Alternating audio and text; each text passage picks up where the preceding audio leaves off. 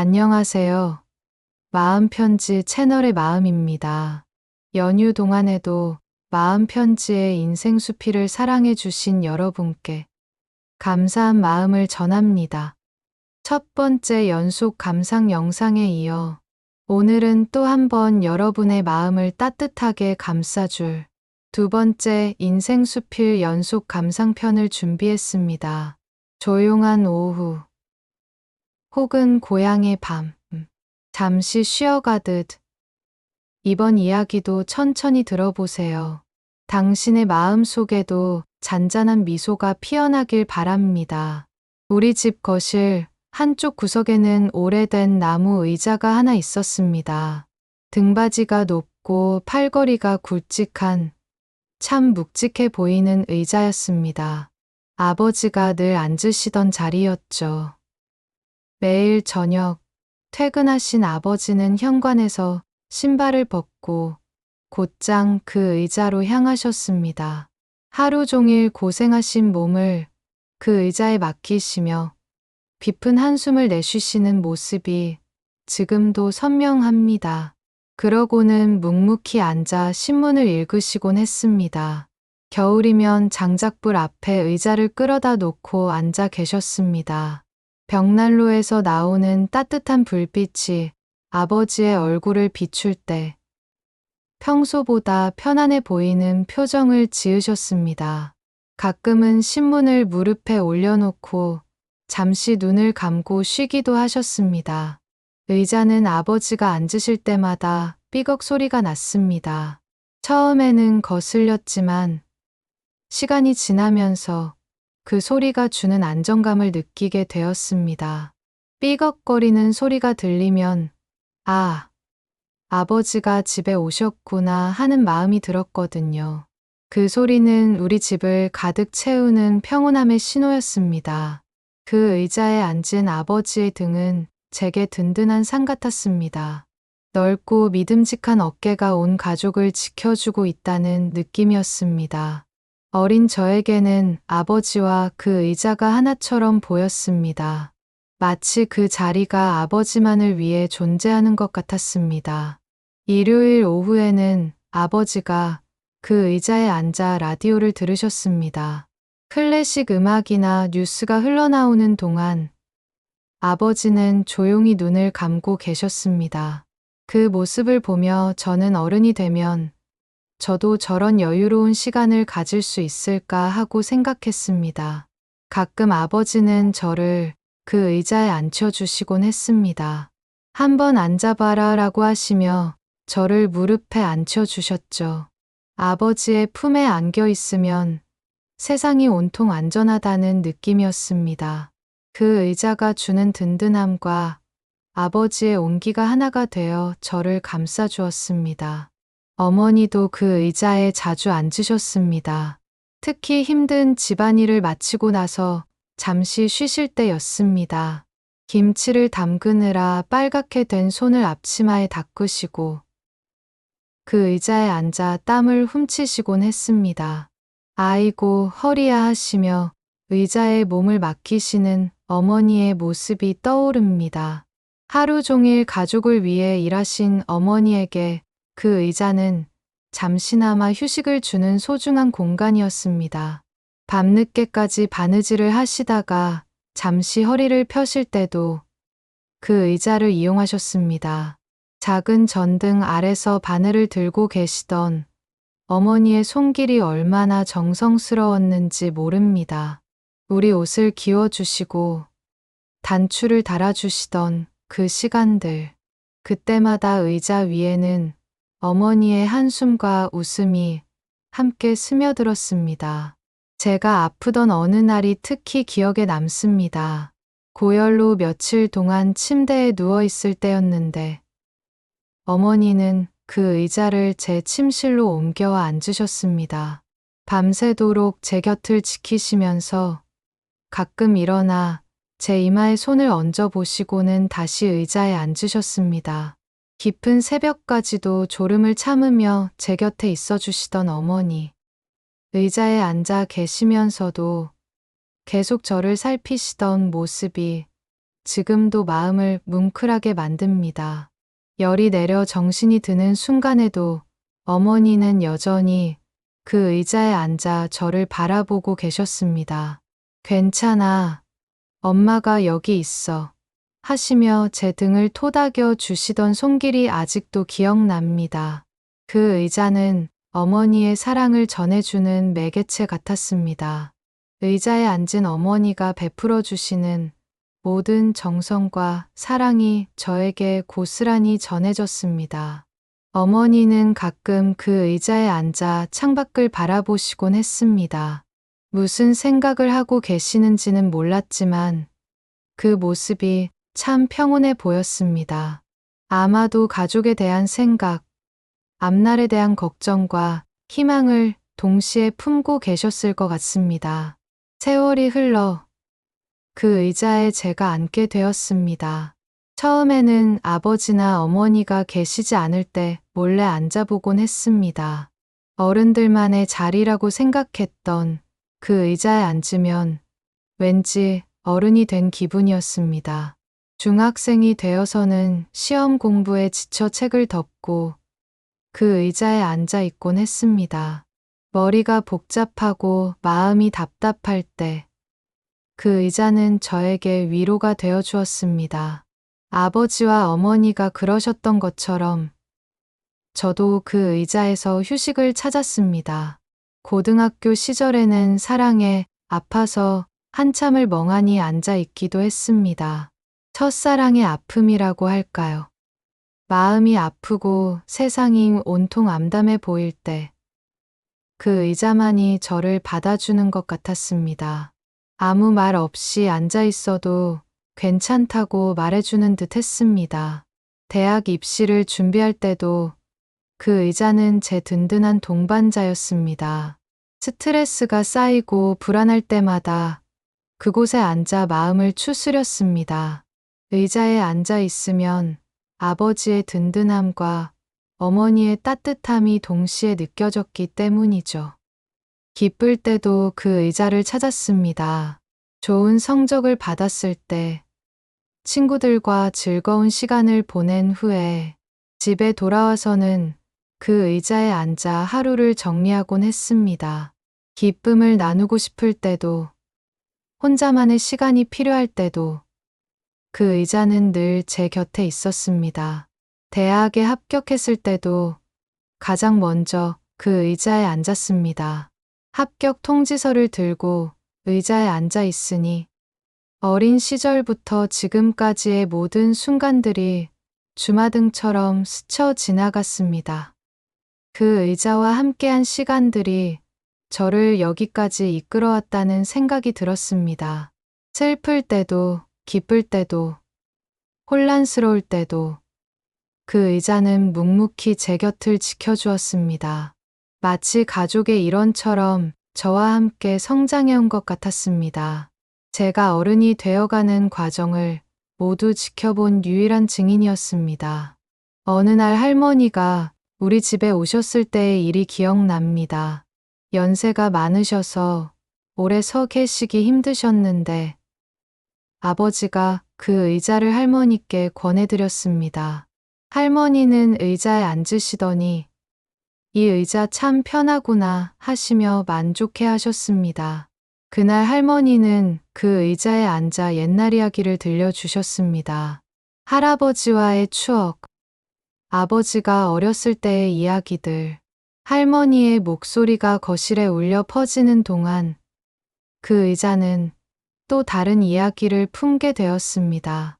이 의자에는 좋은 기운이 있어. 할머니가 말씀하셨습니다. 가족의 사랑이 깊이 배어 있는 것 같구나. 그 말씀을 들으니 그 의자가 더욱 특별하게 느껴졌습니다. 할머니의 눈에도 그 의자는 단순한 가구가 아니라 가족의 역사가 담긴 소중한 존재였습니다. 친구들이 집에 놀러 왔을 때도 그 의자는 인기가 많았습니다. 이 의자 진짜 편해 하며 앉아보고는 감탄하곤 했습니다. 저는 그럴 때마다 뿌듯했습니다. 우리 집의 자랑스러운 의자였습니다. 어떤 친구는 이 의자에서 공부하면 성적이 잘 나올 것 같아 라고 농담을 하기도 했습니다. 실제로 그 의자에 앉아 공부를 도와주곤 했는데 정말 집중이 잘 되는 것 같았습니다. 아마도 그 의자가 주는 안정감 때문이었을 겁니다. 친구들과 진지한 이야기를 나눌 때도 그 의자는 중요한 역할을 했습니다. 한 명씩 돌아가며 앉아서 고민을 털어놓고 서로 조언을 해주던 시간들. 그 의자는 우리의 우정을 더욱 깊게 만들어주는 매개체 역할을 했습니다. 세월이 흐르면서 의자에도 변화가 생겼습니다. 한때 견고했던 다리가 조금씩 흔들리기 시작했고, 아름다웠던 페인트도 군데군데 벗겨지기 시작했습니다. 팔걸이 부분에는 손때가 타서 색이 변해 있었고, 앉는 부분은 오랜 사용으로 약간 푹 꺼져 있었습니다. 하지만 그런 변화들이 오히려 의자를 더욱 특별하게 만들었습니다. 새 것일 때는 느낄 수 없었던 깊이와 무게감이 생겼습니다. 마치 세월의 흔적이 의자의 이야기를 새겨놓은 것 같았습니다. 어머니는 가끔 이 의자 이제 좀 바꿀까 하고 말씀하시곤 했지만 아버지는 아직 멀쩡한데 뭘 이라고 하시며 반대하셨습니다. 저도 아버지 편이었습니다. 그 의자를 바꾼다는 것은 상상할 수 없었거든요. 의자의 나무결을 손끝으로 어루만져 보면 그 속에 담긴 수많은 시간들이 느껴졌습니다. 아버지의 땀, 어머니의 정성, 저의 눈물이 겹겹이 쌓여 있는 것 같았습니다. 낡아버린 외관이지만 그 안에는 우리 가족의 모든 순간이 살아 숨쉬고 있었습니다. 삐걱거리는 소리도 이제는 더욱 친숙하게 느껴졌습니다. 그 소리를 들으면 집에 온 것 같은 안정감이 들었습니다. 마치 오래된 친구가 인사하는 것 같은 느낌이었습니다. 제가 대학을 졸업하고 취업을 하면서 가족은 이사를 준비하게 되었습니다. 더 작은 집으로 옮기게 되었는데 문제는 그 의자를 가져갈 수 있느냐는 것이었습니다. 이 의자는 너무 크다. 어머니가 걱정스럽게 말씀하셨습니다. 새 집이 작아서 이 의자를 놓을 공간이 마땅치 않다는 것이었습니다. 하지만 아버지와 저는 끝까지 의자를 가져가자고 주장했습니다. 이 의자 없으면 우리 집 같지 않아. 제가 말하니 아버지도 고개를 끄덕이셨습니다. 그래, 비좁아도 어떻게든 자리를 만들어야지. 아버지의 말씀에 어머니도 결국 동의하셨습니다. 이사 날 의자를 트럭에 실을 때 마음이 뭉클했습니다. 오랫동안 한자리를 지켜온 의자가 처음으로 집을 떠나는 순간이었거든요. 이삿짐 기사 아저씨는 이 의자 꽤 오래된 것 같은데 정말 가져가실 거예요? 라고 물으셨지만 저희는 네, 꼭 가져가야 해요 라고 답했습니다. 새 집은 예전 집보다 작았지만 의자를 위한 자리는 마련할 수 있었습니다. 비록 예전만큼 넓지는 않았지만 여전히 거실의 한쪽 구석은 의자의 자리였습니다. 새로운 환경에서도 의자는 금방 적응했습니다. 아니, 의자가 있어서 새 집이 금방 우리 집 같아진 것일지도 모릅니다. 첫날 밤 아버지가 그 의자에 앉으시니 비로소 이사가 끝난 기분이었습니다. 새 집의 이웃들도 그 의자를 신기해했습니다. 참 멋진 의자네요 하며 감탄하곤 했습니다.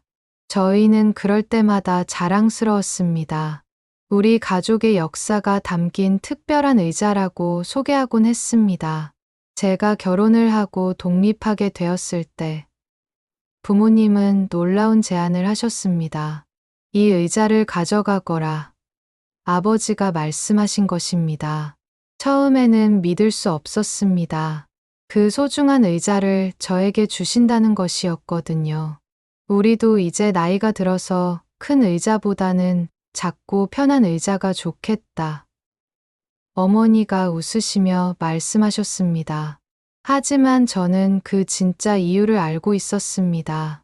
부모님은 제가 새로운 가정을 꾸리면서도 가족의 온기를 느낄 수 있기를 바라셨던 것입니다. 그 의자를 제 새 집으로 옮기는 날, 감정이 복잡했습니다. 기쁘기도 하고 서운하기도 했습니다. 이제 제가 그 의자의 새로운 주인이 되는 것이었지만, 동시에 어린 시절의 끝을 의미하는 것 같기도 했거든요. 결혼 후 저희 집 거실에 자리 잡은 의자는 새로운 이야기를 만들어가기 시작했습니다. 제 아내도 처음에는 낡은 의자라고 생각했지만 제가 그 의자에 얽힌 이야기들을 들려주자 금세 애착을 갖게 되었습니다. 이 의자에는 정말 가족의 사랑이 담겨 있는 것 같아 아내가 말하더군요. 그 의자에 앉아 있으면 마음이 편안해진다면서 자주 그곳에 앉아 책을 읽곤 했습니다. 첫 아이가 태어났을 때 저는 그 의자에 앉아 아이를 안아주었습니다. 아버지가 저를 그렇게 안아주셨던 것처럼 말입니다. 그 순간 세대를 이어가는 특별한 의미를 느꼈습니다. 의자는 이제 제 아이에게도 추억을 선사하게 될 것입니다. 아이가 조금 자라서는 제 무릎에 앉아 동화책을 읽곤 했습니다. 그 작은 몸이 제 품에 안겨 있을 때 저는 어린 시절 아버지 품에 안겨 있던 기억을 떠올렸습니다. 의자는 이렇게 또 다른 세대의 사랑을 담아가고 있었습니다. 가끔 부모님이 저희 집에 오실 때면 아버지는 반가운 듯 그 의자를 바라보곤 하셨습니다. 잘 있었구나 하시며 의자를 쓰다듬으시는 모습을 보면 마치 오랜 친구를 만난 것 같아 보였습니다. 여전히 삐걱거리는구나. 아버지가 웃으시며 말씀하시면 저희도 모두 웃곤 했습니다. 그 소리는 변하지 않은 채 여전히 집에 온기를 전해주고 있었습니다. 어머니도 가끔 그 의자에 앉아 손자를 안아주셨습니다. 이 의자에 앉으니 옛날 생각이 많이 나네 하시며 추억에 잠기시곤 했습니다. 새 세대가 함께 만들어가는 새로운 추억이었습니다. 이제 저는 그 의자를 통해 많은 것을 배웠습니다. 무엇보다 가족의 소중함을 깨달았습니다. 한 의자를 중심으로 얼마나 많은 사랑과 추억이 쌓일 수 있는지를 보았습니다. 또한 시간의 소중함도 배웠습니다. 평범해 보이는 순간들이 모여서 얼마나 특별한 의미를 만들어내는지를 알게 되었습니다. 의자에 앉았던 모든 순간이 제 인생의 소중한 조각들이었습니다. 인내와 지속의 가치도 배웠습니다. 의자는 오랜 세월 동안 한자리를 지키며 가족을 품어주었습니다. 화려하지 않지만 묵묵히 자신의 역할을 다하는 모습에서 삶의 지혜를 얻었습니다. 이제 제 아이도 점점 자라서 그 의자에 혼자 앉을 수 있게 되었습니다. 아이가 의자에 앉아 있는 모습을 보면 제 어린 시절이 떠오릅니다. 아마도 이 아이에게도 이 의자는 특별한 의미가 될 것입니다. 언젠가 이 아이가 어른이 되어 자신의 가정을 꾸릴 때 이 의자를 물려줄 수도 있을 겁니다. 그렇게 되면 이 의자는 또 다른 가족의 품에서 새로운 이야기를 만들어갈 것입니다. 지금도 가끔 의자에 앉아 과거를 회상하곤 합니다. 그러면 아버지의 목소리, 어머니의 손길, 가족의 웃음소리가 들려오는 것 같습니다. 의자는 단순한 가구가 아니라 우리 가족의 역사를 품은 보물 같은 존재가 되었습니다. 여러분께도 그런 의자가 있지 않으신가요? 오래되어 낡았지만 그 위에 담긴 시간들 때문에 결코 버릴 수 없는 의자 말이에요. 그것이 꼭 의자가 아니어도 괜찮습니다. 오래된 탁자일 수도 있고 작은 선반일 수도 있습니다. 중요한 것은 그 물건에 담긴 추억과 사랑입니다. 오늘은 그런 것들을 한번 돌아보시는 시간을 가져보시길 바랍니다. 여러분의 삶을 지켜준 순간들을 떠올려 보세요. 그리고 그 소중함을 다시 한번 느껴보시기 바랍니다. 삐걱거리는 소리마저도 우리 인생의 음악처럼 들릴지도 모릅니다. 완벽하지 않은 것들이 때로는 가장 아름다운 법이니까요. 오늘도 저는 그 의자에 앉아 여러분께 이 이야기를 들려드렸습니다. 의자는 여전히 저를 품어주며 새로운 추억을 만들어가고 있습니다. 여러분도 기억하시나요? 어릴 적 비 오는 날의 그 특별한 의료. 학교가 끝나고 집으로 향하는 길. 비가 내리기 시작하면 왠지 모를 설렘이 있었습니다. 우산을 받쳐 들고 걷는 길이 평소보다 훨씬 길게 느껴졌죠. 우산살에 부딪히는 빗방울들이 만들어내는 리듬. 그 소리가 마치 자연이 연주하는 음악 같았습니다. 물웅덩이를 발견하면 어김없이 첨벙첨벙 뛰어들었던 기억 있으시죠? 엄마에게 혼날 걸 알면서도 참을 수 없었던 그 유혹. 신발과 양말이 젖어도 상관없이 그 순간만큼은 세상에서 가장 자유로운 아이가 될 수 있었습니다. 그리고 집에 도착하면 현관에서 젖은 우산을 털어놓고 따뜻한 집 안으로 들어가는 순간의 그 안도감. 창밖으로 들려오는 빗소리가 더 이상 걱정거리가 아닌 평온한 배경음악이 되어주던 순간들 말입니다. 어쩌면 그때부터였을 것입니다. 빗소리가 제게 특별한 의미를 갖게 된 것은요. 단순히 날씨 현상이 아닌 추억과 감정이 깃든 소리로 다가오기 시작한 것 말입니다. 비 오는 날이면 어김없이 들려오던 소리가 하나 더 있습니다. 바로 부엌에서 나는 지글지글 소리였죠. 야, 비 온다. 부침개 해먹자. 엄마의 이 한마디면 온 집안이 금세 활기로 가득 찼습니다. 파전, 김치전, 동그랑땡. 비가 내리는 날이면 어김없이 등장하는 이 메뉴들. 지금 생각해보면 왜 비 오는 날엔 꼭 부침개를 먹었을까요? 어른이 되어서야 알았습니다. 그것이 단순히 음식에 대한 이야기가 아니었다는 걸요. 비로 인해 바깥 활동이 제한되는 날, 가족들이 모여 함께 시간을 보내는 하나의 의식이었던 것입니다. 기름에 반죽을 부어넣는 순간 나는 그 소리, 지글지글, 그리고 점점 퍼져나가는 고소한 냄새. 엄마는 뒤집개로 부침개를 뒤집으며 조금만 기다려.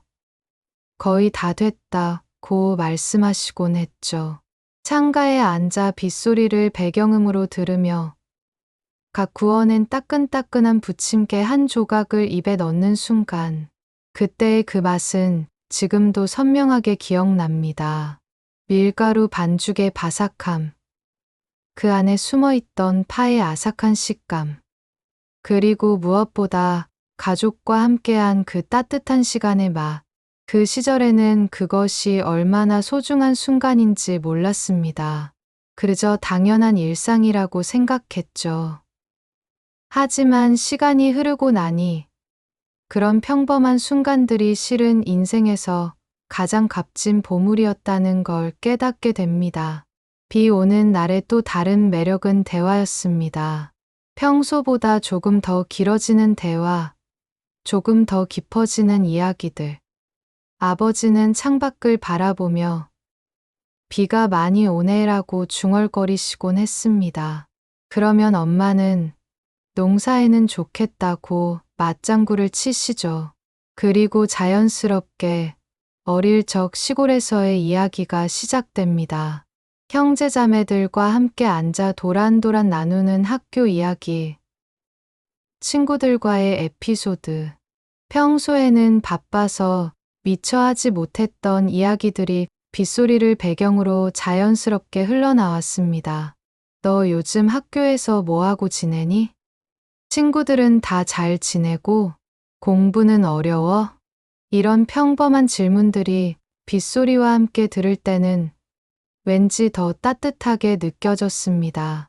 아마도 비가 만들어내는 고요하고 아늑한 분위기 때문이었을 것입니다. 때로는 할머니께서 옛날 이야기를 해주시기도 했습니다. 우리가 어릴 때는 말이야. 로 시작하는 할머니의 이야기는 언제나 흥미진진했죠. 지금은 사라져버린 옛 풍경들, 전쟁 중에 어려웠던 시절들, 그리고 그 속에서도 피어났던 작은 행복들. 그 이야기들은 단순한 과거의 기록이 아니었습니다. 우리 가족의 뿌리를 알려주는 소중한 유산이었죠.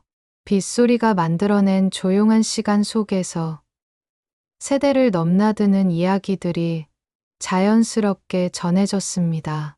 어른이 되고 나서의 빗소리는 또 다른 의미로 다가옵니다.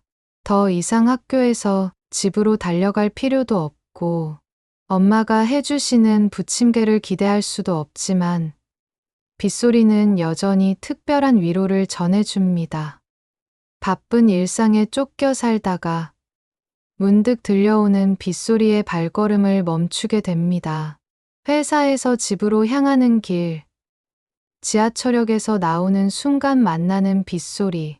아, 비가 오네라고 혼자 중얼거리며 우산을 꺼내들 때의 그 기분. 어릴 때와는 다른 좀 더 차분하고 성숙한 감정입니다. 빗소리가 주는 평온함을 온전히 받아들일 수 있게 되었죠. 이제는 물웅덩이를 피해서 걷지만 그 대신 빗방울이 만들어내는 작은 파장들을 관찰하며 걷습니다.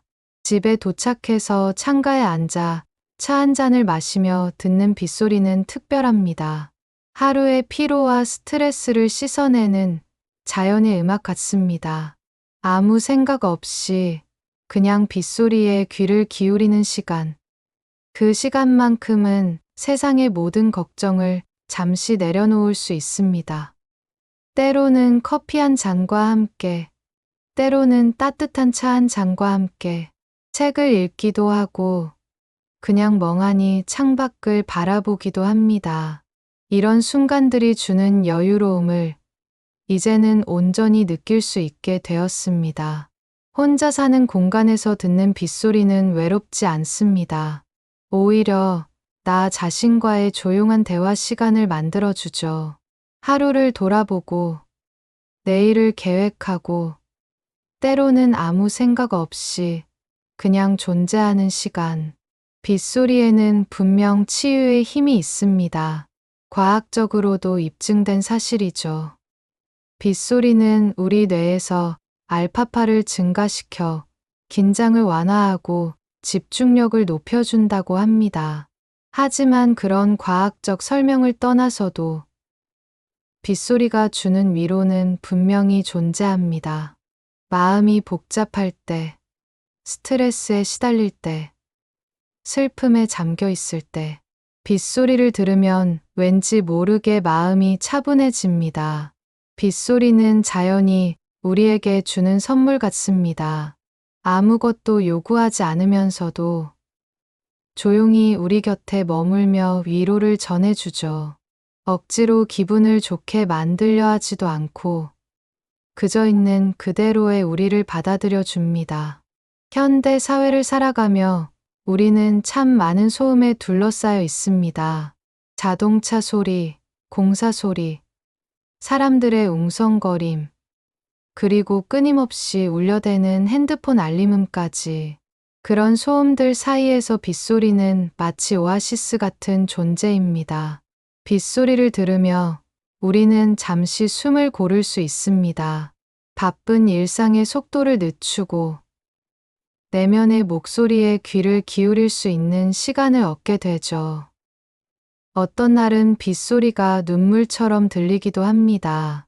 마치 하늘이 대신 울어주는 것 같아서 혼자 참고 있던 감정들을 자연스럽게 표현할 수 있게 도와주기도 하죠. 울어도 괜찮다고 말해주는 것 같습니다. 또 어떤 날은 빗소리가 격려의 말처럼 들리기도 합니다. 괜찮아. 모든 게 다 지나갈 거야 라고 속삭이는 것 같아서 힘든 상황 속에서도 희망을 잃지 않을 수 있게 해주죠. 생각해보면 빗소리도 계절마다 다른 매력을 가지고 있습니다. 봄비는 부드럽고 따뜻합니다. 새싹이 돋아나는 계절에 내리는 비는 생명력이 느껴집니다. 벚꽃 위에 떨어지는 빗방울들, 새로 나온 연두새, 잎사귀를 적시는 모습을 보고 있으면 마음도 덩달아 새로워집니다. 여름비는 시원하고 역동적입니다. 무더위를 식혀주는 시원한 소나기, 천둥번개와 함께 내리는 장대비, 아스팔트에서 올라오는 수증기 냄새와 함께 듣는 빗소리는 여름만의 특별한 향취가 있죠. 가을비는 서정적이고 깊이가 있습니다. 낙엽 위에 떨어지는 빗방울 소리, 선선한 바람과 함께 들려오는 빗소리는 묘한 그리움을 불러일으킵니다. 책을 읽기에도, 차를 마시며 사색에 잠기기에도 좋은 계절의 비. 겨울비는 차갑지만 운치가 있습니다. 때로는 눈과 함께 내리기도 하고 차가운 공기를 더욱 시원하게 만들어주기도 하죠. 따뜻한 실내에서 듣는 겨울 빗소리는 더욱 포근함을 느끼게 해줍니다. 각각의 계절이 주는 빗소리의 매력들, 그 모든 것들이 우리 삶을 더욱 풍요롭게 만들어주는 것 같습니다. 지금 이 순간에도 어디선가 비가 내리고 있을 것입니다. 누군가는 우산 없이 비를 맞으며 뛰고 있을 수도 있고, 누군가는 창가에 앉아 이 빗소리를 들으며 따뜻한 차를 마시고 있을 수도 있겠죠. 빗소리는 우리 모두를 연결해주는 공통된 경험이기도 합니다. 지역도, 나이도, 문화도 다르지만 빗소리가 주는 평온함만큼은 모든 사람이 공감할 수 있는 감정이 아닐까요? 현대 사회에서 우리는 때로 너무 빠르게 살아갑니다.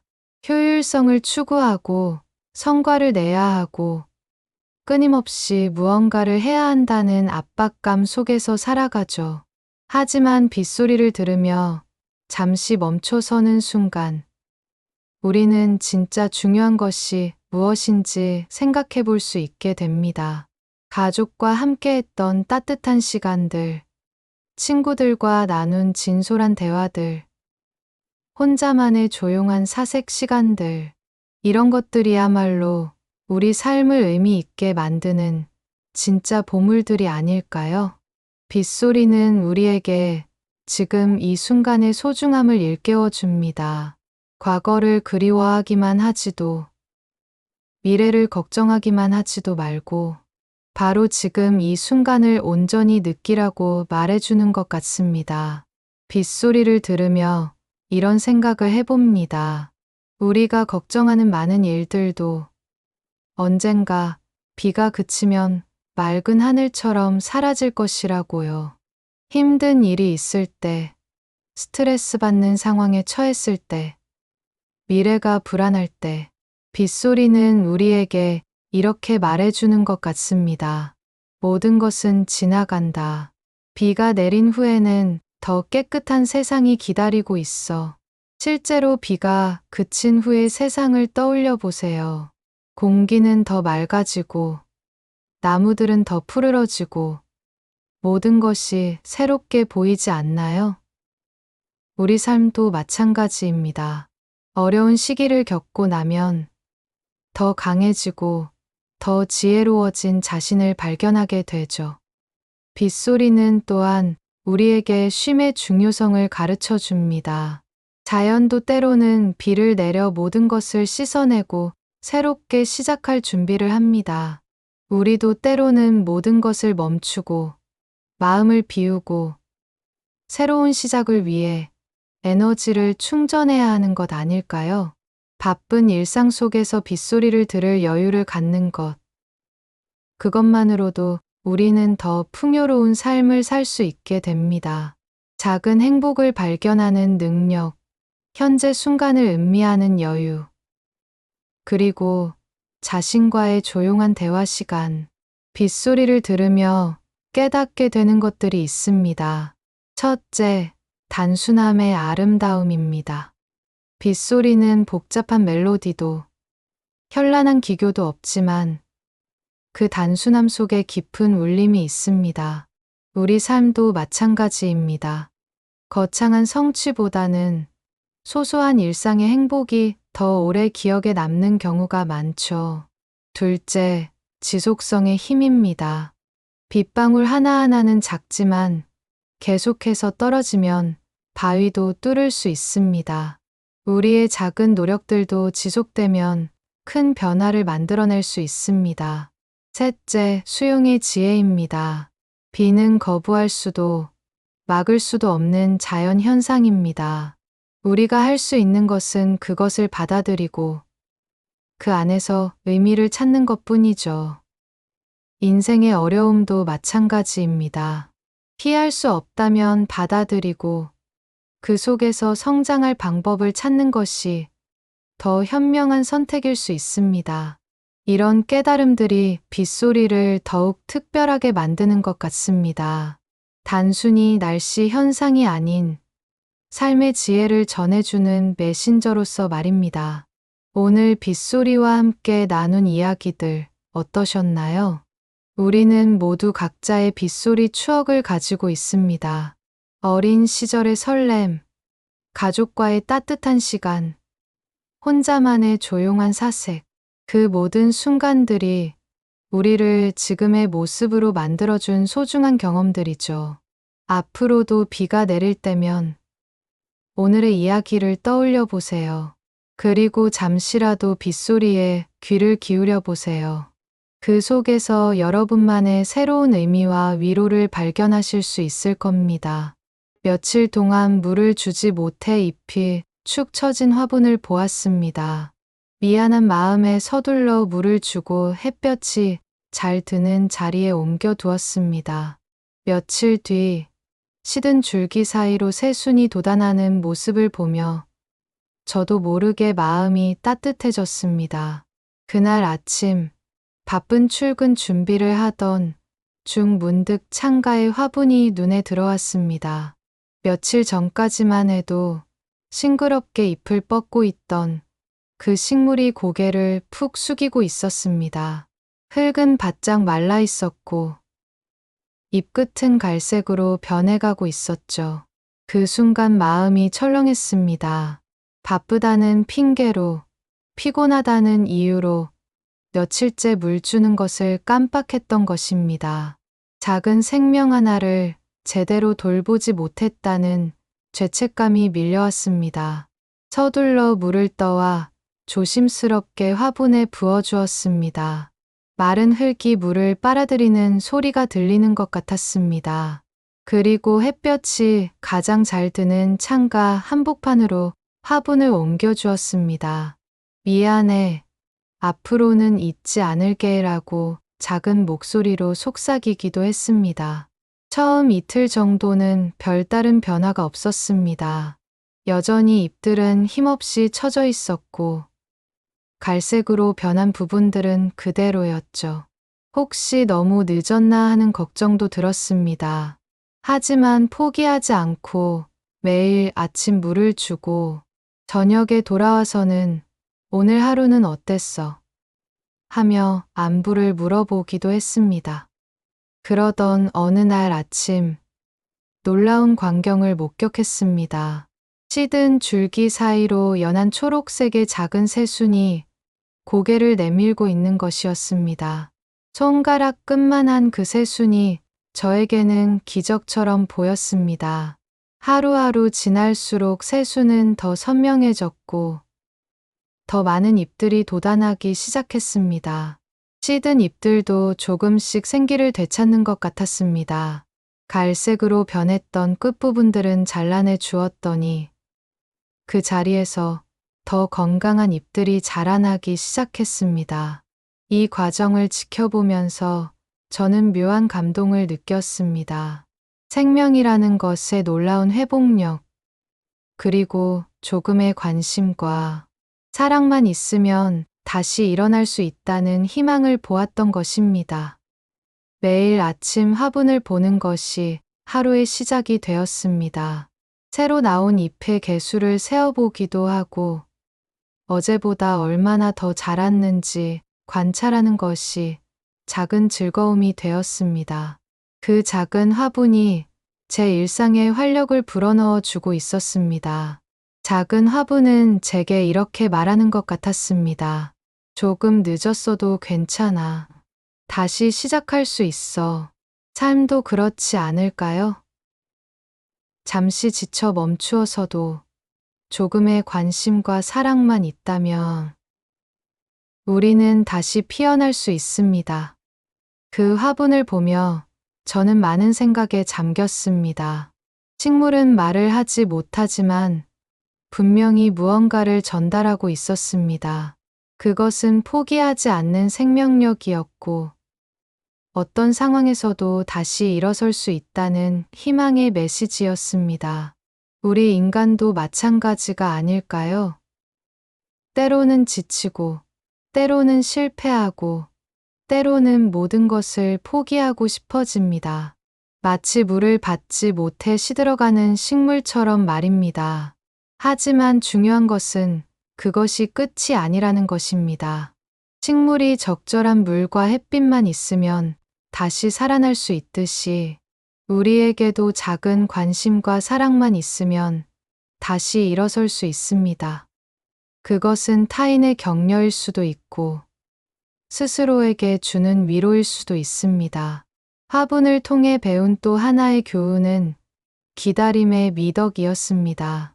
물을 준다고 해서 즉시 변화가 나타나는 것은 아니었습니다. 며칠 동안은 아무런 변화가 없어 보였습니다. 하지만 보이지 않는 곳에서 뿌리는 물을 흡수하고 있었고 줄기는 다시 생명력을 되찾기 위해 준비하고 있었던 것입니다. 우리의 노력도 마찬가지입니다. 당장 눈에 보이는 변화가 없다고 해서 포기해서는 안 되는 것이죠. 보이지 않는 곳에서 조금씩 변화가 일어나고 있을 수 있으니까요. 그리고 화분을 돌보면서 일관성의 중요성도 깨달았습니다. 하루 이틀 물을 많이 준다고 해서 해결되는 것이 아니라 매일 조금씩이라도 꾸준히 관심을 갖고 돌봐주는 것이 중요했습니다. 이것 역시 우리 삶과 닮아 있습니다. 하루 이틀 열심히 한다고 해서 모든 것이 바뀌는 것이 아니라 매일 조금씩이라도 나 자신을 돌보고 꿈을 향해 한 걸음씩 나아가는 것이 중요한 것 같습니다. 화분의 새순을 보면서 성장의 기쁨도 느꼈습니다. 작은 변화라도 그것을 발견하고 기뻐할 줄 아는 마음의 여유가 얼마나 소중한지 깨달았습니다. 우리도 스스로의 작은 성장과 변화를 인정하고 격려해 주어야 하는 것 아닐까요? 화분을 돌보기 시작하면서 제 일상에도 작은 변화들이 일어났습니다. 아침에 일어나면 가장 먼저 화분의 안부를 확인하는 것이 습관이 되었습니다. 오늘은 새로운 잎이 나왔는지, 어제보다 더 싱그러워졌는지 관찰하는 시간이 하루의 시작을 더욱 의미 있게 만들어 주었습니다. 회사에서 힘든 하루를 보내고 집에 돌아왔을 때도 화분을 보는 것만으로도 마음이 한결 편안해졌습니다. 푸른 잎들이 반갑게 맞아주는 것 같았습니다. 스트레스로 복잡했던 머리가 맑아지는 기분이었습니다. 주말이면 화분을 더 자세히 관찰하게 되었습니다. 잎의 색깔, 줄기의 굵기, 새로 난 가지의 방향까지 이전에는 미처 보지 못했던 세밀한 부분들을 발견하는 재미가 생겼습니다. 그러면서 자연스럽게 식물에 대해 더 알고 싶어졌습니다. 어떤 때에 물을 주는 것이 좋은지, 어떤 곳에 두는 것이 적절한지, 어떻게 관리해야 더 건강하게 키울 수 있는지, 관련 정보를 찾아보면서 새로운 지식을 얻는 것도 즐거웠습니다. 이런 과정을 통해 느린 삶의 리듬을 경험하게 되었습니다. 빠르게 돌아가는 현대 사회에서 식물의 느린 성장 리듬을 지켜보는 것은 마치 명상과 같은 효과를 주었습니다. 조급해하지 않고 기다릴 줄 아는 여유를 배웠습니다. 또한 작은 것에 대한 감사도 배웠습니다. 새순 하나, 잎 하나가 소중하게 느껴지더라고요. 이전에는 당연하게 여겼던 자연의 생명력이 얼마나 신비롭고 소중한 것인지 깨닫게 되었습니다. 화분을 키우면서 책임감도 생겼습니다. 작은 생명을 제가 돌봐야 한다는 사실이 어떤 면에서는 부담스럽기도 했지만 동시에 누군가 무언가에게 필요한 존재라는 느낌을 주기도 했습니다. 여행을 갈 때도 화분이 걱정되어 물을 충분히 주고 가거나 며칠 이상 집을 비울 때는 자동 물주기 기구를 설치하는 등 세심한 배려를 하게 되었습니다. 이런 작은 책임감이 삶에 활력을 주었습니다. 그리고 무엇보다 생명에 대한 경외감이 생겼습니다. 작은 화분 하나에도 이렇게 놀라운 생명력이 있다는 것을 보면서 모든 생명체에 대한 존중과 사랑이 깊어졌습니다. 우리의 마음도 마찬가지입니다. 누군가의 따뜻한 말 한마디, 스스로를 향한 작은 격려 하나가 메마른 마음에 물이 되고 빛이 됩니다. 혹시 지금 지쳐있는 누군가가 떠오른다면 오늘 그 사람에게 작은 위로를 건네보는 건 어떨까요? 그 말 한마디가 다시 살아나는 힘이 될지도 모릅니다. 화분을 돌보면서 깨달은 가장 중요한 것은 우리의 마음도 식물과 다르지 않다는 것이었습니다. 관심과 사랑을 받으면 다시 살아나고 방치되면 시들어간다는 점에서 말입니다. 생각해 보세요. 누군가 여러분에게 오늘 하루 수고했어. 잘하고 있어. 괜찮아. 다 잘 될 거야 라고 말해준다면 어떤 기분일까요? 마치 메마른 화분에 물을 준 것처럼 지친 마음이 다시 생기를 되찾지 않을까요? 때로는 우리 스스로에게도 그런 말이 필요합니다. 나는 잘하고 있어. 조금 힘들어도 괜찮아. 내일은 더 나아질 거야. 이런 자기 격려의 말들이 우리 마음의 화분에 주는 물과 같은 역할을 합니다. 반대로 생각해보면 우리가 누군가에게 건네는 따뜻한 말 한마디도 그 사람의 마음에 큰 변화를 일으킬 수 있다는 뜻입니다. 별것 아닌 것 같은 작은 관심이 누군가에게는 새로운 희망의 씨앗이 될 수 있습니다. 특히 힘든 시기를 보내고 있는 주변 사람들을 떠올려 보세요. 나이가 들면서 몸이 아픈 친구, 배우자를 먼저 보낸 친구, 외로움을 느끼는 친구들. 이런 분들에게 우리가 줄 수 있는 것은 거창한 것이 아닙니다. 많이 힘들지? 언제든 이야기하고 싶으면 연락해. 커피라도 한잔 할까?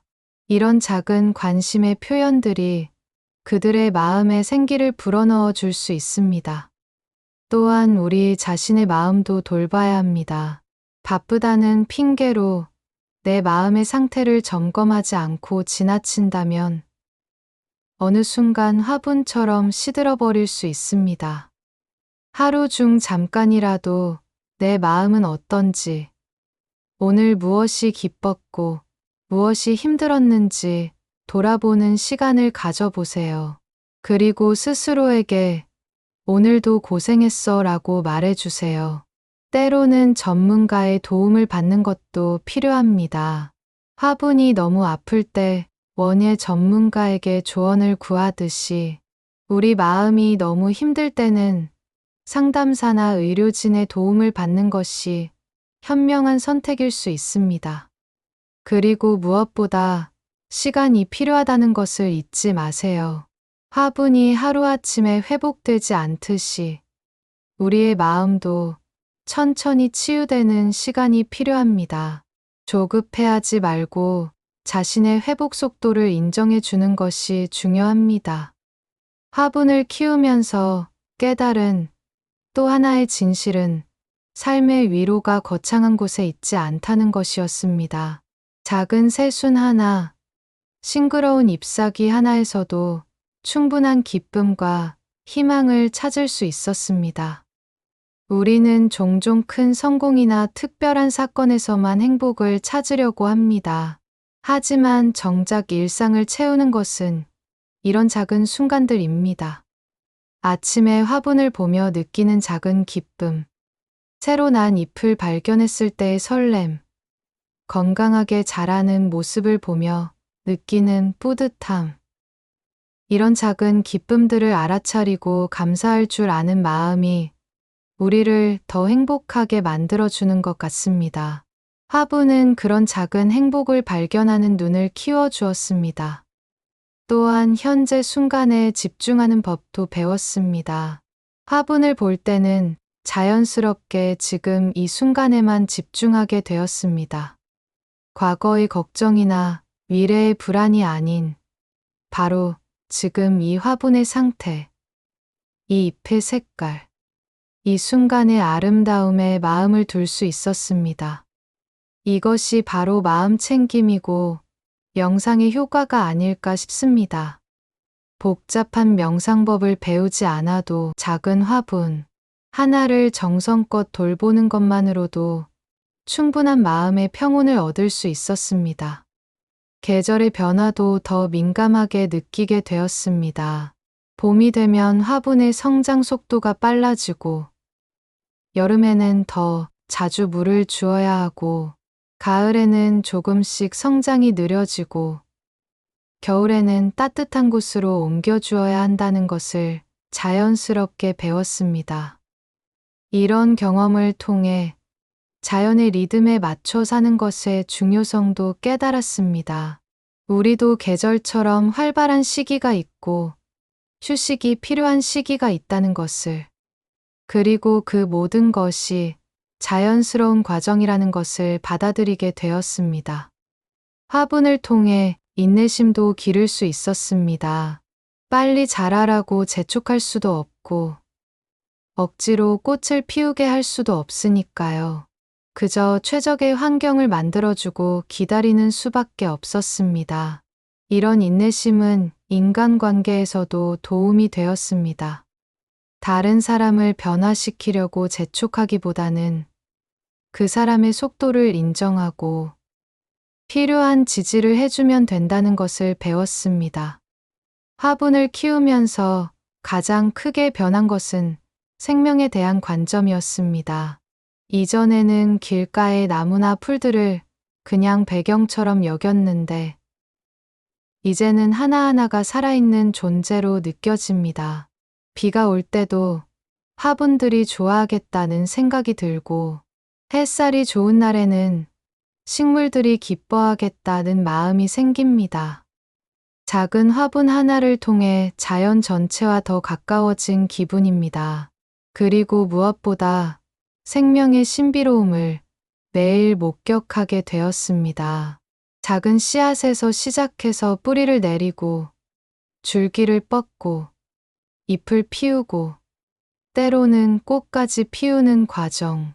이 모든 것이 얼마나 놀라운 일인지 새삼 깨닫게 되었습니다. 특히 겨울을 나고 봄이 와서 다시 새순이 돋아날 때의 감동은 말로 표현할 수 없었습니다. 죽은 것 같았던 가지에서 연한 초록색 잎이 나오는 순간 정말 기적을 보는 것 같았습니다. 이런 경험들을 통해 우리 인간의 생명도 얼마나 소중하고 신비로운 것인지 다시 생각하게 되었습니다.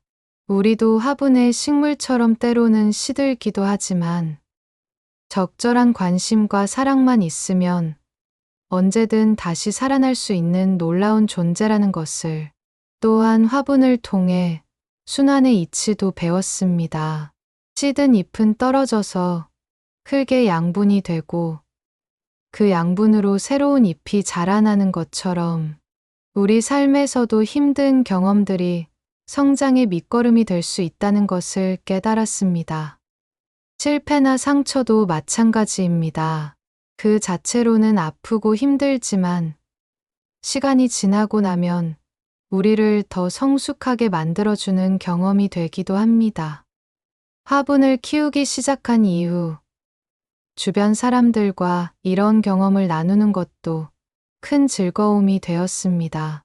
친구들에게 화분 이야기를 하면 다들 자신만의 식물 경험담을 들려주더라고요. 어떤 친구는 선인장조차 말려 죽인 경험담을, 어떤 친구는 화분 덕분에 우울증을 극복했다는 이야기를, 또 어떤 친구는 아이들과 함께 식물을 키우며 생명의 소중함을 가르쳤다는 이야기를 나누었습니다. 이런 대화들을 통해 식물이 단순히 장식품이 아니라 우리 삶에 의미 있는 영향을 주는 존재라는 것을 다시 한번 확인할 수 있었습니다. 가족들과도 화분을 매개로 새로운 소통이 시작되었습니다. 어머니께서는 예전에 키우셨던 식물들에 대한 이야기를 들려주시고, 아버지께서는 어릴 적 할머니 댁 마당의 화초들을 기억해내시면서 추억담을 나누어 주셨습니다. 특히 아이가 있는 집에서는 화분이 아주 좋은 교육 도구가 되기도 합니다. 아이들이 직접 물을 주고 관찰하면서 책임감도 기르고 생명의 소중함도 배울 수 있으니까요. 화분을 선물로 주고받는 문화도 생겼습니다. 친구의 집들이나 혹은 힘든 시기를 보내는 사람에게 작은 화분 하나를 선물하는 것이 단순한 물건을 주는 것보다 훨씬 의미 있게 느껴졌습니다. 이 화분처럼 건강하게 그리고 예쁘게 자라나길 바라는 마음을 담아서 말입니다. 받는 사람도 그 마음을 이해하고 더욱 소중히 여기는 것 같았습니다. 온라인에서도 식물을 키우는 사람들과 경험을 나누게 되었습니다. 키우는 법을 묻기도 하고, 잘 자란 모습을 자랑하기도 하고, 때로는 문제가 생겼을 때 도움을 요청하기도 했습니다. 이런 과정에서 식물을 매개로 한 새로운 인간관계도 형성되었습니다. 직접 만난 적은 없지만 서로의 화분 성장을 응원해주고 조언을 나누는 온라인 친구들이 생긴 것이죠. 화분을 키우면서 깨달은 가장 중요한 교훈 중 하나는 작은 실천의 힘이었습니다. 매일 물 한 컵을 주는 것, 햇볕이 잘 드는 곳으로 옮겨주는 것, 시든 잎을 정리해 주는 것.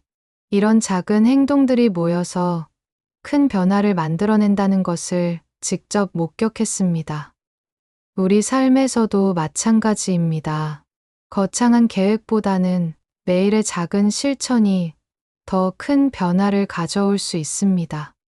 하루 10분씩 책을 읽는 것, 매일 조금씩 운동하는 것, 가족에게 사랑한다고 말하는 것, 이런 작은 일들이 쌓여서 우리 삶을 변화시킵니다.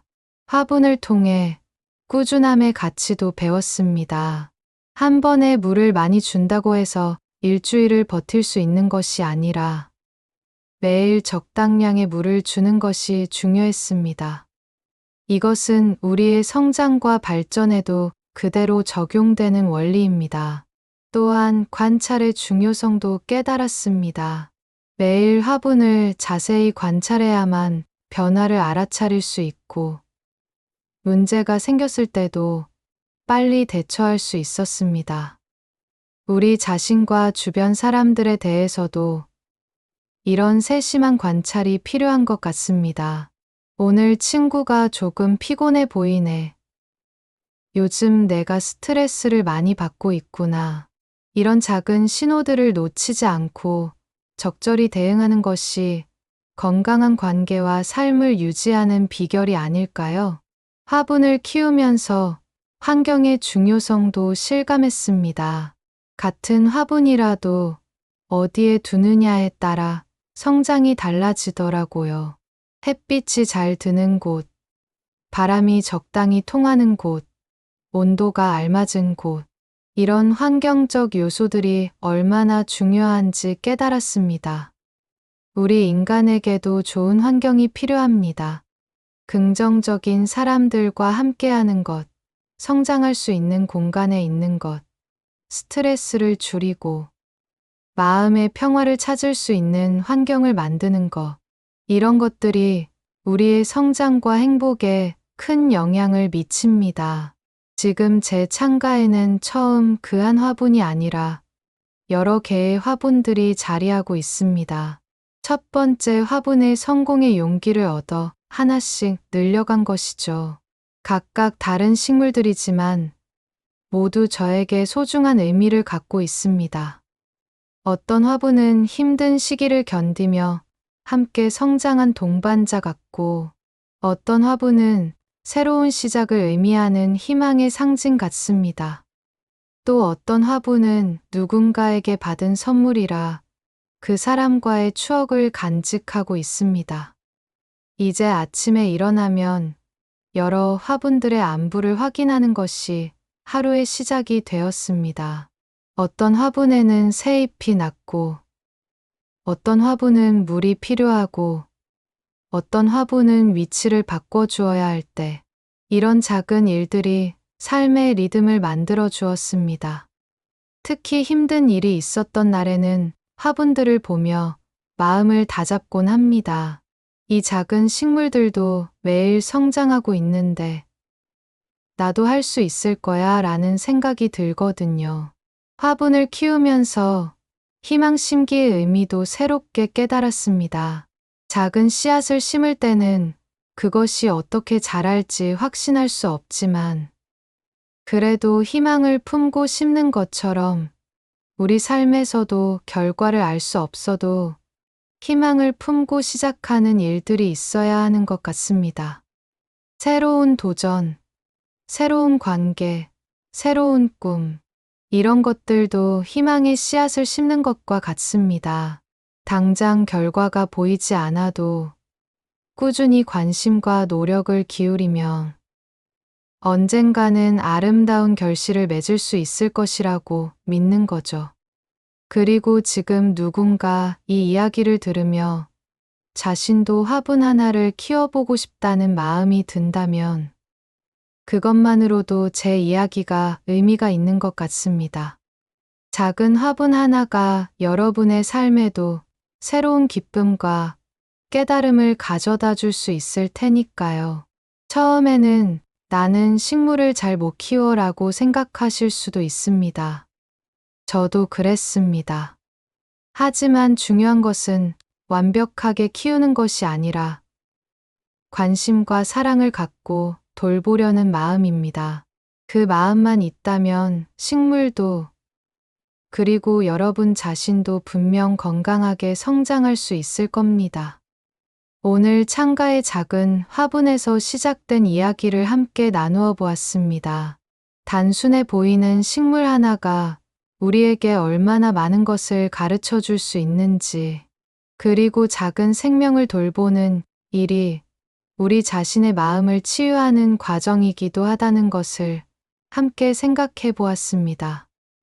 혹시 이 이야기를 들으시면서 여러분도 무언가를 키워보고 싶다는 마음이 드셨다면 작은 화분 하나부터 시작해 보시는 건 어떨까요? 거창한 정원이나 많은 식물이 필요한 것이 아닙니다.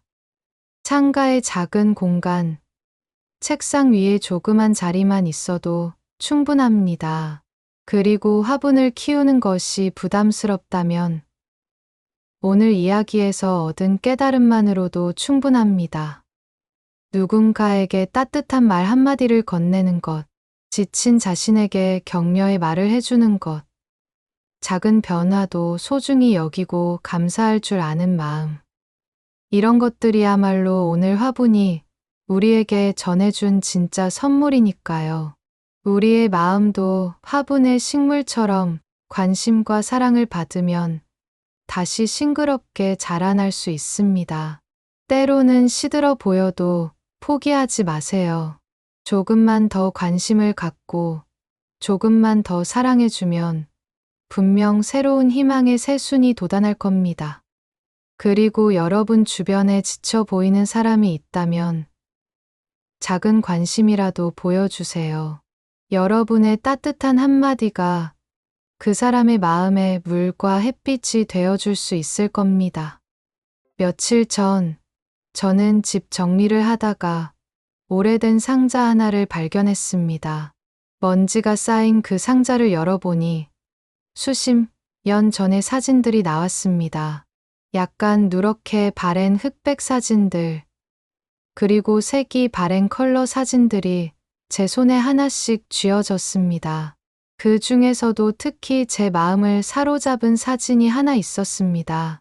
젊은 날에 제 부모님이 함께 서 계신 모습, 그리고 그 앞에 아직 어린 제 모습이 담겨 있는 사진이었습니다. 아마도 30여 년 전 어느 봄날에 찍힌 것 같았습니다. 그 사진을 바라보는 순간 마음 한편이 따뜻해지면서도 동시에 알 수 없는 그리움이 밀려왔습니다.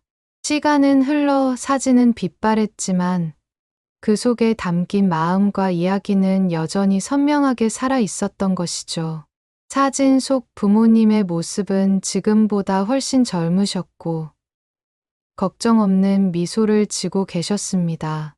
그리고 제 모습은 정말 작고 귀여웠습니다. 그때는 세상이 얼마나 넓은지, 앞으로 어떤 일들이 기다리고 있는지 전혀 모르던 시절이었죠. 우리는 바쁘게 살다 보면 시간이 흘러가는 것을 잊어버리곤 합니다. 아침에 일어나서 밤에 잠들 때까지 우리는 오늘 해야 할 일들에만 집중하며 살아갑니다. 내일의 계획을 세우고, 다음 주의 스케줄을 확인하고, 다음 달의 목표를 정합니다. 그러다 보면 어느새 한 달이 지나고, 한 해가 지나고, 몇 년이 흘러갑니다. 그리고 문득 뒤를 돌아보면, 아, 벌써 이렇게 시간이 흘렀구나라며 놀라게 됩니다. 하지만 그렇게 무심히 흘려보낸 시간들이 결코 헛된 것은 아닙니다. 그 시간들은 모두 우리 안에 추억이 되어 쌓여 있었던 것이죠. 다만 우리가 너무 앞만 보고 달려가느라 그것을 잊고 있었을 뿐입니다. 저도 그랬습니다. 매일 반복되는 일상 속에서 시간은 그냥 지나가는 것이라고 생각했습니다. 특별할 것 없는 평범한 하루하루들이라고 여겼죠. 하지만 그 오래된 사진을 보는 순간 깨달았습니다. 그 평범했던 하루하루가 모여서 지금의 제가 된 것이고, 그 모든 순간들이 소중한 보물이었다는 것을요. 추억은 단순히 과거의 기록이 아닙니다. 그것은 오늘을 살아가는 힘이자 내일을 향해 나아갈 용기가 되기도 합니다. 힘들고 지친 하루를 보낼 때 우리는 종종 좋았던 기억들을 떠올리곤 합니다. 가족과 함께 웃었던 순간들, 친구들과 나누었던 즐거운 시간들, 연인과 함께 걸었던 길들. 이런 추억들이 우리에게 그래, 인생이 이렇게 힘든 것만은 아니야. 분명 좋은 순간들도 있었어 라고 말해주는 것 같습니다. 또한 추억은 우리가 어떤 사람인지를 알려주는 거울과 같습니다. 과거의 경험들이 지금의 우리를 만들어 왔고, 그 과정에서 우리가 무엇을 소중히 여기고, 무엇을 추구하며 어떤 가치관을 가지고 살아왔는지를 보여줍니다. 그 사진을 보면서 저는 생각했습니다. 그때의 저는 지금의 제가 될 줄 알았을까요?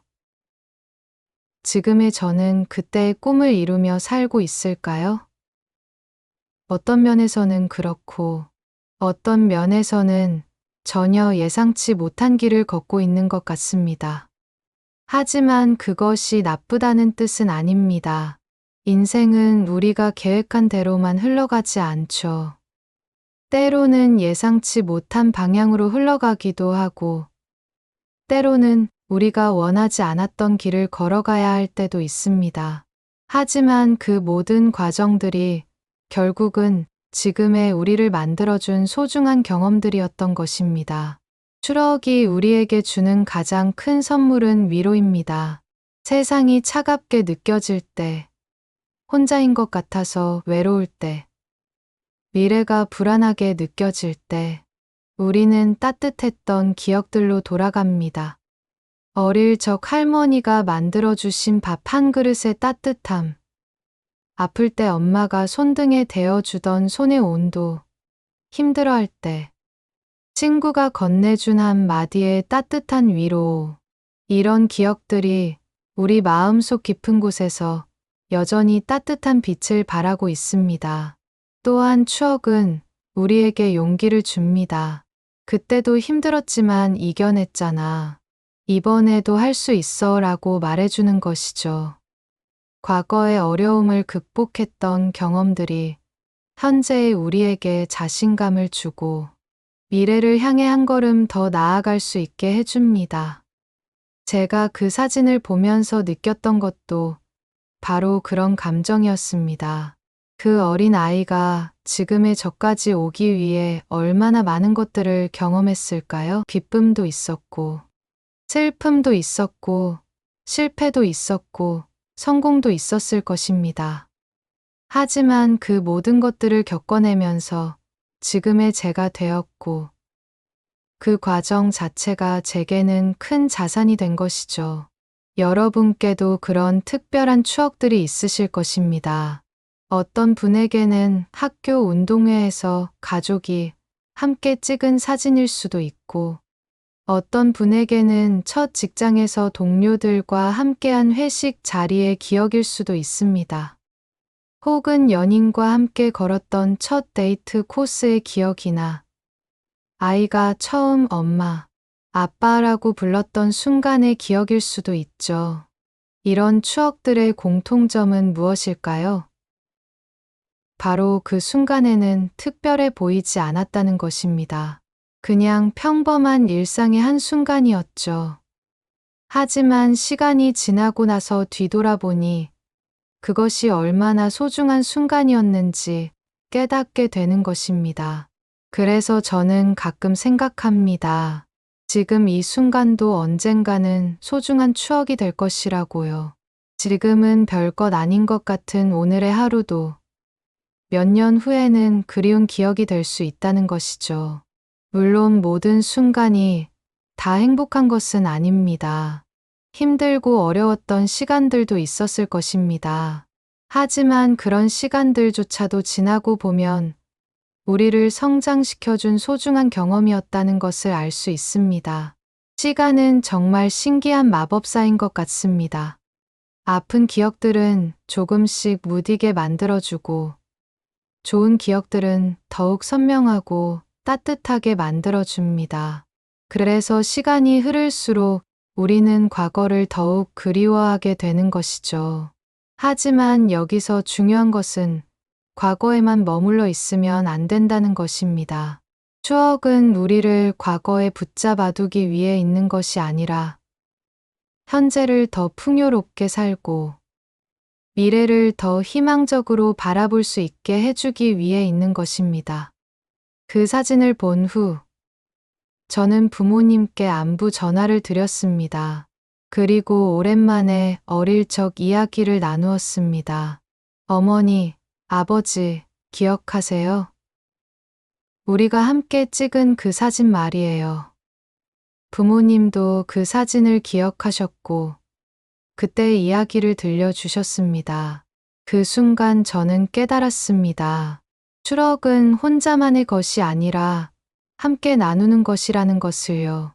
그리고 그 추억을 나누는 순간 과거와 현재가 연결되면서 더욱 깊고 의미 있는 시간이 된다는 것을 말입니다.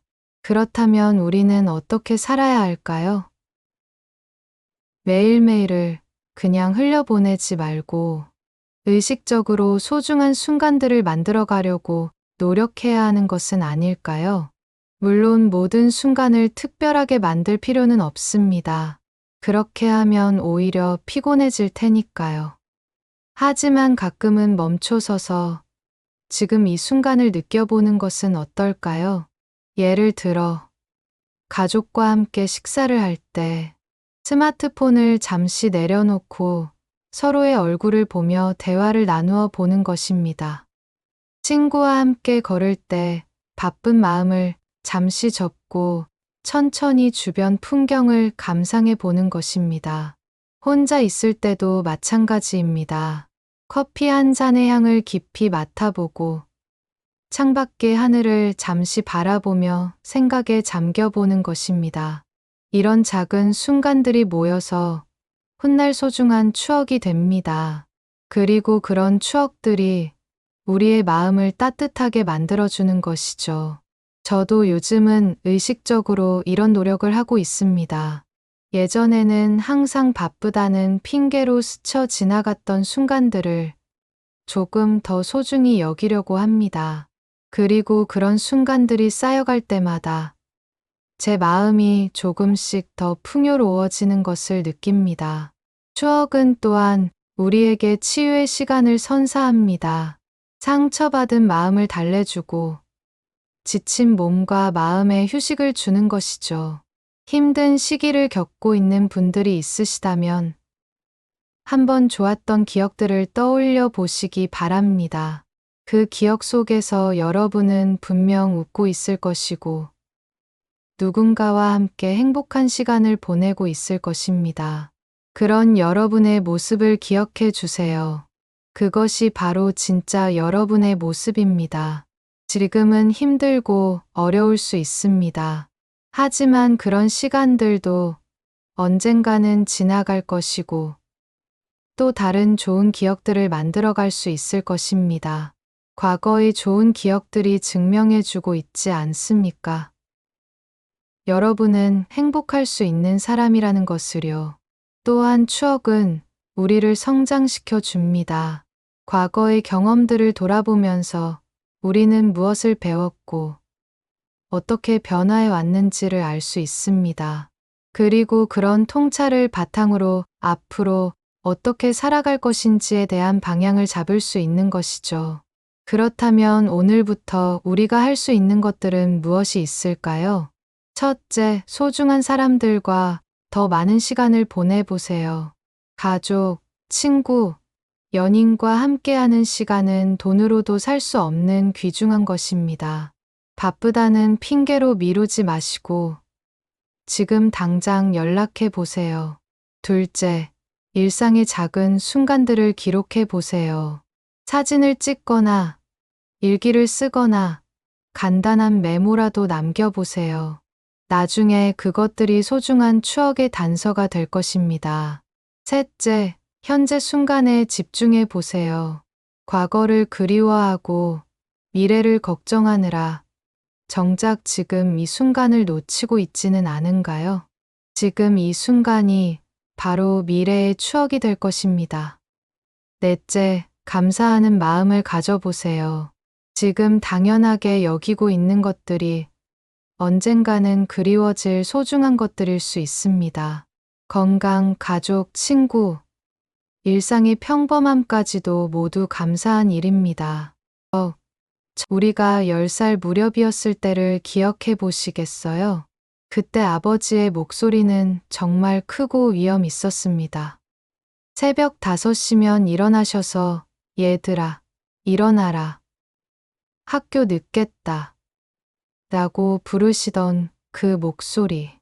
연탄불을 지피시며 추우니까 아궁이 가까이 오지 마라라고 당부하시던 목소리. 그리고 저녁이면 라디오를 틀어놓고 공부해라. 가난한 집 자식이 공부 안 하면 어떡하냐라고 말씀하시던 그 목소리 말입니다. 그때는 정말 무서웠죠. 아버지가 술 드시고 들어오시면 온 집안이 조용해졌고 너희들 숙제는 다 했냐? 라고 물으시면 벌벌 떨며 대답하곤 했습니다. 학교에서 돌아와 골목에서 구슬치기나 딱지치기를 하고 있으면 멀리서 집에 들어와 라고 부르시는 아버지 목소리에 놀라 뛰어 들어가곤 했죠.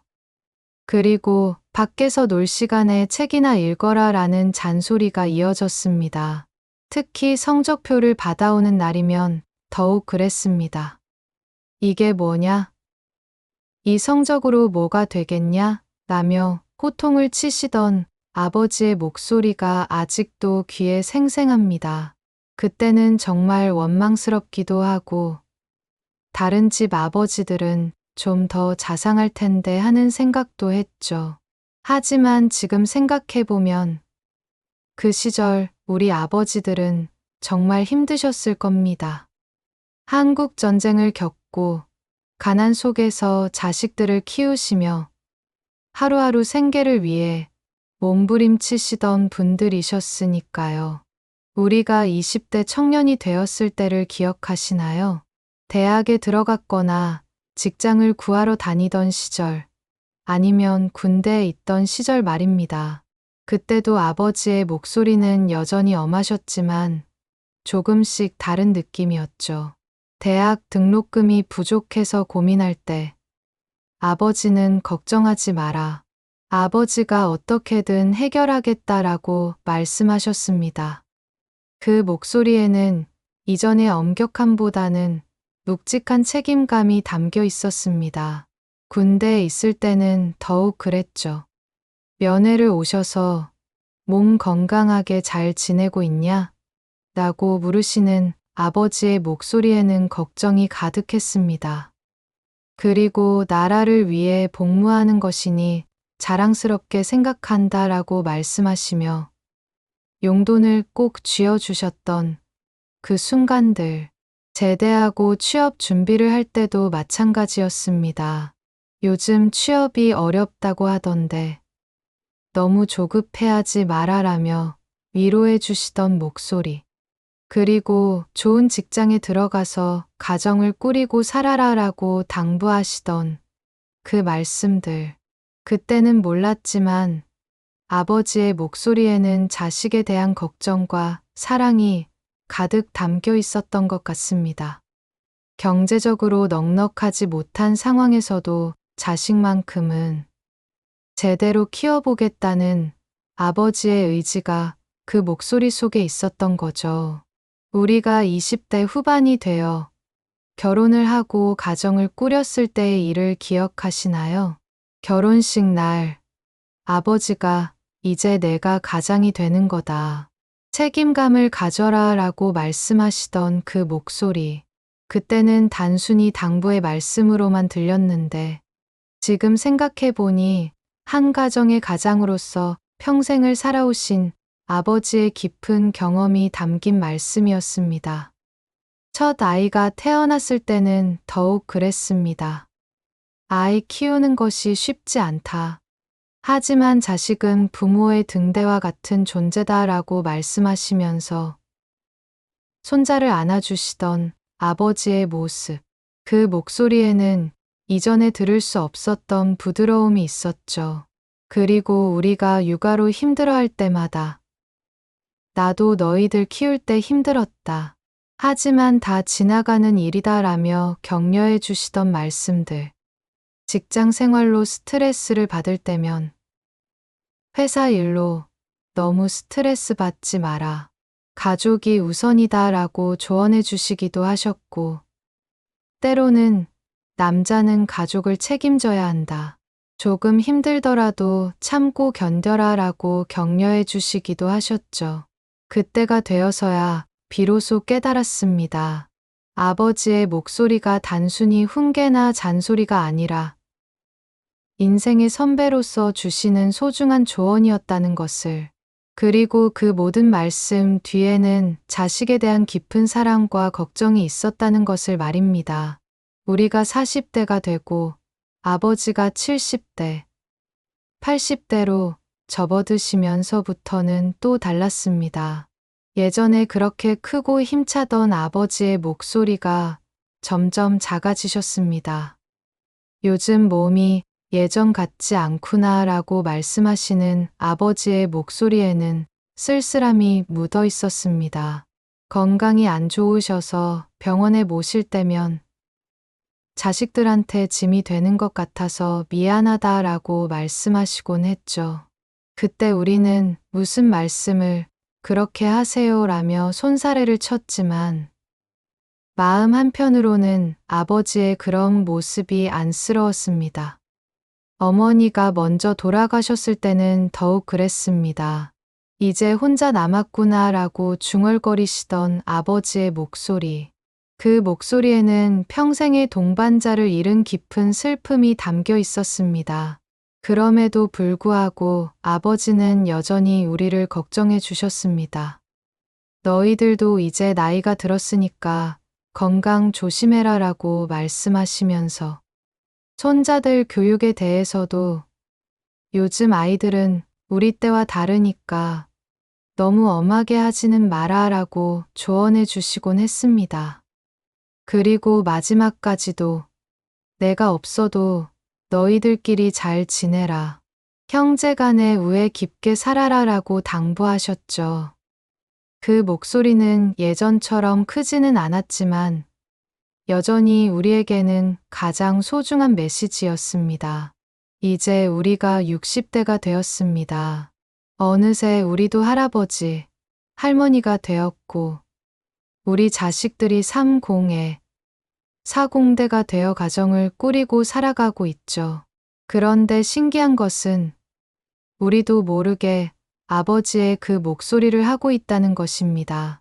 자식들에게 건강 조심해라. 무리하지 마라. 가족이 우선이다 라고 말하는 우리의 목소리가 어느새 아버지의 목소리와 닮아 있더라고요. 손자들을 볼 때도 마찬가지입니다. 공부도 중요하지만 건강이 더 중요하다. 친구들과 사이좋게 지내라라고 말하는 우리의 모습이 꼭 우리 아버지 같다는 생각이 들죠. 자식들이 힘들어할 때면 이것도 다 지나가는 일이다. 너무 걱정하지 마라라고 위로해주곤 합니다.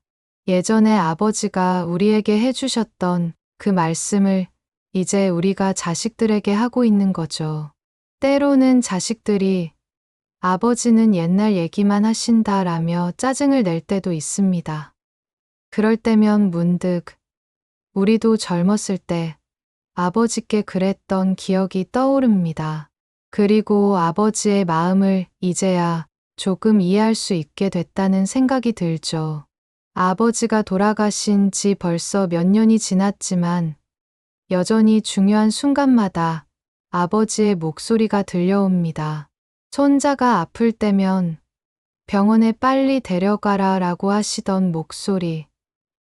자식이 고민 상담을 할 때면 세상 일이 뜻대로만 되지 않는 법이다 라고 하시던 목소리가 마음속에서 들려오곤 합니다. 이제 와서 생각해보니 아버지의 목소리는 단순히 말소리가 아니었습니다. 그것은 사랑의 표현이었고, 걱정의 표현이었고, 또한 삶의 지혜를 전해주는 통로였습니다. 우리 아버지 세대는 사랑한다는 말을 직접 하시는 분들이 많지 않으셨죠. 대신 건강해라, 조심해라, 열심히 살아라는 말씀으로 사랑을 표현하셨습니다. 그 모든 말씀 뒤에는 내가 너를 사랑한다는 메시지가 숨어 있었던 것 같습니다. 또한 아버지의 목소리는 우리에게 삶의 방향을 제시해주는 나침반 역할을 했습니다. 정직하게 살아라. 성실하게 일해라. 가족을 소중히 여겨라 하는 말씀들이 우리 인생의 기준이 되었죠. 그리고 지금 우리가 자식들과 손자들에게 하는 말들도 결국 아버지로부터 물려받은 것들입니다. 아버지의 목소리가 우리를 통해 다음 세대로 이어지고 있는 겁니다. 생각해보면 참 신기합니다. 아버지는 돌아가셨지만 아버지의 목소리는 여전히 우리 가족 안에서 살아있습니다. 우리가 자식들에게 하는 말, 손자들에게 하는 말 속에 아버지의 목소리가 계속 이어지고 있는 거죠. 그래서 아버지의 목소리는 결코 사라지지 않는 것 같습니다. 그것은 우리를 통해, 그리고 우리 자식들을 통해 계속해서 다음 세대로 전해질 테니까요. 하지만 솔직히 후회도 많이 됩니다. 아버지가 살아계실 때 좀 더 많은 대화를 나눴으면 어땠을까 하는 생각이 듭니다. 젊었을 때는 아버지의 잔소리가 싫어서 피하기 바빴죠. 전화가 와도 네, 네 하며 대충 대답하고 빨리 끊고 싶어 했고, 집에 가서도 아버지와는 별로 할 말이 없다고 생각했습니다. 하지만 지금 생각해보면 아버지도 우리와 더 많은 이야기를 나누고 싶으셨을 겁니다.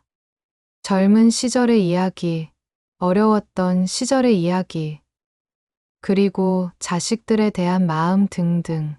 하지만 우리는 그런 아버지의 마음을 헤아리지 못했죠. 특히 아버지가 마지막 몇 년간 혼자 지내실 때 좀 더 자주 찾아뵙고 더 많은 대화를 나눴으면 좋았을 텐데 하는 후회가 많이 남습니다. 그때는 바쁘다는 핑계로, 일이 많다는 핑계로 자주 찾아뵙지 못했거든요. 지금도 가끔 전화벨이 울리면 아버지의 목소리가 들리는 것 같습니다. 요즘 어떻게 지내냐? 건강은 괜찮냐? 라고 물으시던 그 목소리가 그리워서 말입니다. 꿈에서라도 아버지를 만나면 꼭 하고 싶은 말이 있습니다. 아버지, 그동안 고생 많으셨습니다. 그리고 사랑합니다. 라고 말하고 싶습니다. 살아계실 때는 한 번도 못한 말이지만 지금은 꼭 하고 싶은 말입니다. 그럼에도 불구하고 아버지의 목소리는 지금도 우리에게 큰 힘이 됩니다. 건강이 좋지 않아서 걱정될 때면 건강이 최고다, 몸 관리 잘해라 라고 하시던 아버지의 목소리가 들려옵니다. 그러면 병원에 가서 검진도 받고 운동도 시작하게 되죠. 자식들 때문에 고민이 있을 때는 자식은 결국 제 갈 길을 가는 법이다. 너무 간섭하지 마라 라고 하시던 말씀이 생각납니다. 그러면 마음이 한결 편해집니다. 경제적으로 어려울 때는 돈이 전부가 아니다. 가족이 건강하고 화목하면 그것이 제일 큰 재산이다 라고 하시던 말씀이 위로가 되어 줬습니다. 요즘 같은 세상에 살다 보면 걱정거리가 참 많습니다. 코로나로 인한 어려움, 경제적 불안, 자식들의 미래 등등. 하지만 그럴 때마다 아버지의 목소리가 들려옵니다. 세상 일이 뜻대로만 되지 않는 법이다. 하지만 포기하지 말고 꾸준히 노력하면 길이 열린다. 어려운 시기는 지나가기 마련이다. 참고 견뎌내면 반드시 좋은 날이 온다. 이런 말씀들이 지금도 우리에게는 큰 힘이 되어 줍니다. 아버지는 비록 곁에 계시지 않지만 아버지의 목소리는 여전히 우리 마음속에서 살아있어서 힘들 때마다 위로와 격려를 해주고 계십니다. 오늘 이 시간을 통해 여러분도 아버지의 목소리를 다시 한번 떠올려 보셨으면 좋겠습니다. 비록 아버지는 이제 우리 곁에 계시지 않지만 아버지의 목소리는 여전히 우리 마음속에 살아있습니다. 그리고 그 목소리는 우리가 어려울 때마다 힘이 되어주고 우리가 올바른 길을 걸어갈 수 있도록 인도해주고 있습니다. 또한 우리는 이제 그 목소리를 다음 세대에게 전해줘야 할 책임이 있습니다. 우리 자식들과 손자들에게 아버지로부터 물려받은 삶의 지혜와 사랑을 전해주는 것이죠. 건강해라. 성실하게 살아라. 가족을 소중히 여겨라. 이런 말들이 구식으로 느껴질 수도 있지만 이것들은 시대를 초월한 소중한 가치들입니다. 아버지가 우리에게 전해주신 것처럼 이제 우리가 다음 세대에게 전해줘야 할 소중한 메시지들입니다. 그래서 아버지의 목소리는 결코 사라지지 않습니다. 우리를 통해, 우리 자식들을 통해, 그리고 우리 손자들을 통해 계속해서 이어져 갈 테니까요. 오늘 이 이야기를 들으시면서 여러분도 아버지와의 소중한 기억들이 많이 떠오르셨을 것 같습니다. 연탄불 앞에서 공부해라 라고 하시던 아버지의 목소리, 군대 면회 와서 건강하게 지내라고 하시던 말씀, 저 결혼할 때 이제 가장이 되는 거다라고 하시던 당부의 말씀들, 그 모든 목소리들이 지금도 여러분의 마음속에서 살아 숨쉬고 있을 겁니다. 혹시 지금도 아버지가 살아계신 분들이 계시다면 오늘 꼭 안부 전화를 드려보세요. 아버지, 안녕하세요. 요즘 어떻게 지내세요? 라는 한마디만으로도 아버지는 정말 기뻐하실 겁니다. 그리고 이미 아버지를 하늘나라로 보내신 분들은 오늘 하루만이라도 아버지를 그리워하며 감사한 마음을 가져보시길 바랍니다. 아버지의 목소리가 여전히 여러분 곁에 있다는 것을 느껴보세요. 그때 고향길은 참 험난했습니다. 비포장도로를 달리는 시외버스는 흙먼지를 날리며 덜컹거렸고 차창은 항상 흙으로 뿌옇게 흐려져 있었죠. 그럼에도 불구하고 고향길은 늘 설렘과 그리움이 함께하는 길이었습니다. 도시에서 일하고 공부하느라 1년에 한두 번밖에 못 가던 고향이었으니까요. 버스 창가에 앉아 논밭과 산길을 바라보며 곧 어머니의 손맛을 다시 맛볼 수 있겠구나 하는 기대의 마음이 먼저 앞서곤 했습니다. 그 시절에는 지금처럼 전화도 흔하지 않았고 부모님께 미리 연락드리기도 어려웠지만 그래서인지 더욱 간절했던 것 같습니다. 보따리 하나에 도시에서 산 과자나 옷가지를 조금 넣어서 가면서도 마음만큼은 가득 찬 선물을 드리는 기분이었습니다. 그때는 물질적으로는 넉넉하지 못했지만 마음만큼은 따뜻했던 시절이었습니다. 버스 안에서 도시락을 까먹으며 옆자리 할머니와 고향 이야기를 나누던 그런 정겨운 풍경들, 모르는 사람끼리도 어디서 오셨어요? 고향이 어디세요? 하며 금세 친해지곤 했죠. 그리고 버스가 고향 마을 어귀에 도착했을 때의 그 느낌, 익숙한 산새와 들판이 보이기 시작하면 가슴이 뛰기 시작했습니다. 아, 정말 고향에 왔구나 하는 감정이 밀려오면서 눈시울이 뜨거워지곤 했습니다. 차창 밖으로 스쳐 지나가는 풍경은 언제나 비슷했지만 그 속에는 오랜 세월 변하지 않는 따뜻함이 있었습니다. 고향집 대문 앞에 서는 그 순간을 기억하시나요? 낡은 나무 대문을 어머니, 아버지 하고 부르며 열면 마당에서 들려오던 왔냐? 하시던 부모님의 목소리. 그 목소리에는 얼마나 많은 감정이 담겨 있었는지 모릅니다. 기쁨, 반가움, 안도감, 그리고 자식에 대한 그리움까지. 단 한마디 왔냐? 는 말 속에 부모님의 모든 마음이 담겨 있었습니다. 그리고 어머니는 항상 제일 먼저 많이 힘들었지. 밥은 먹고 왔냐? 라고 물으셨죠.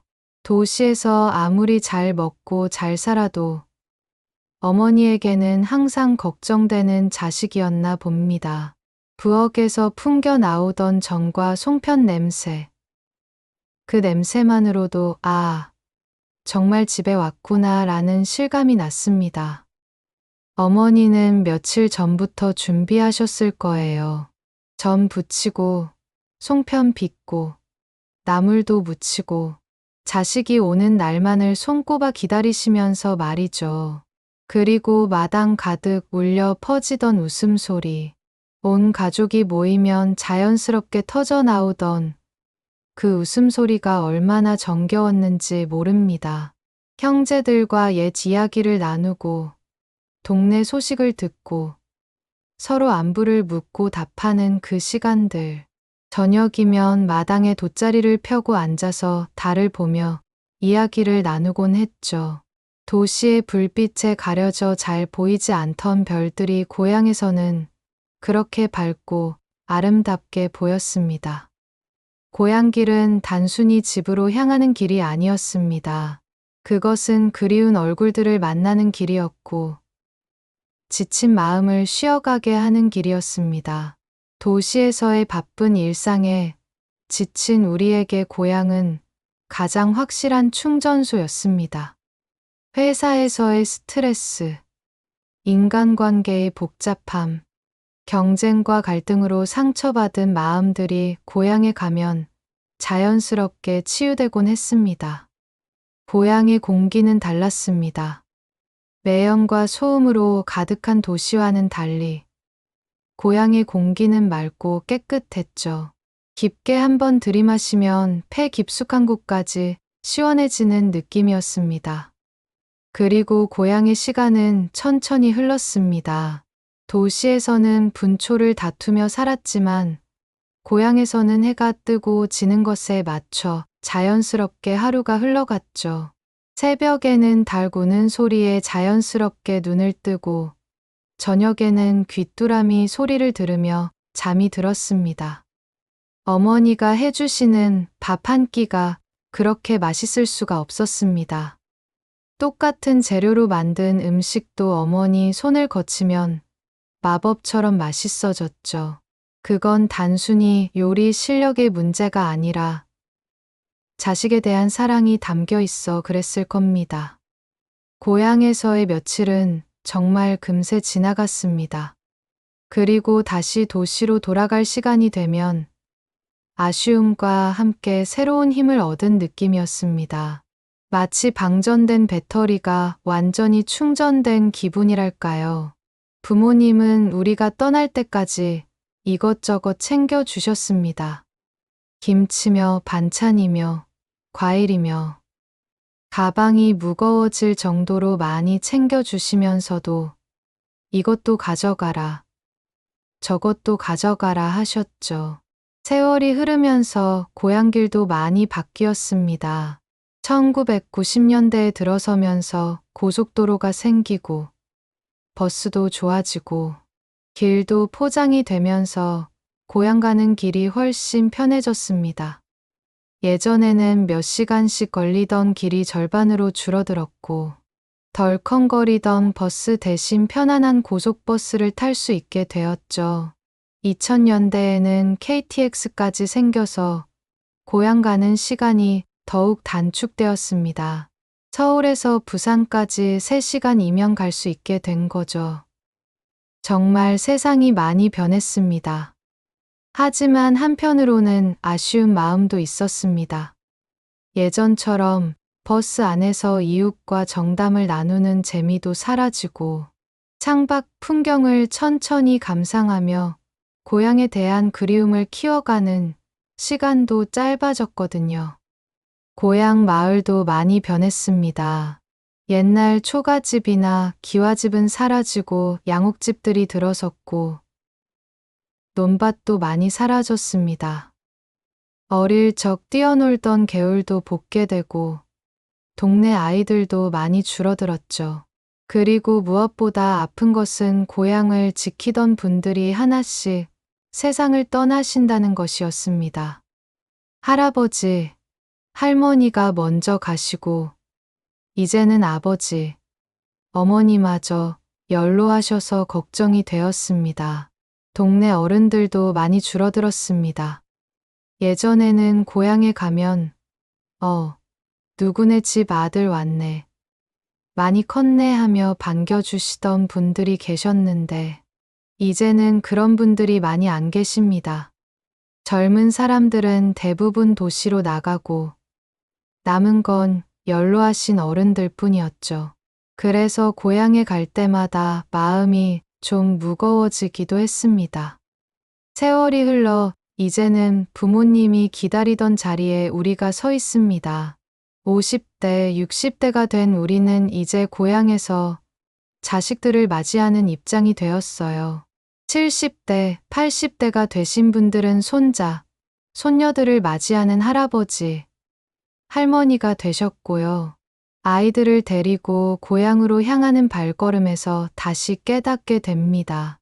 고향이란 단순한 장소가 아니라 마음을 품어주는 따뜻한 보금자리라는 것을 말입니다. 이제 우리가 추석 준비를 해야 하는 입장이 되었습니다.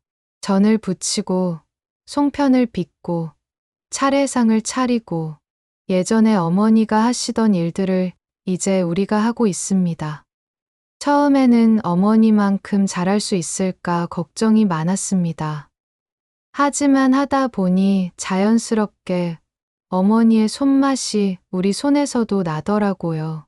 어머니가 해주시던 그 따뜻한 마음이 우리에게도 전해진 것 같았습니다. 자식들이 고향에 오면 예전에 우리 부모님이 그랬듯이 이것저것 챙겨주게 되더라고요. 많이 힘들었지? 밥은 먹고 왔냐? 하며 걱정하는 우리의 모습이 꼭 어머니 같았습니다. 그리고 손자, 손녀들을 보면서 느끼는 그 기쁨.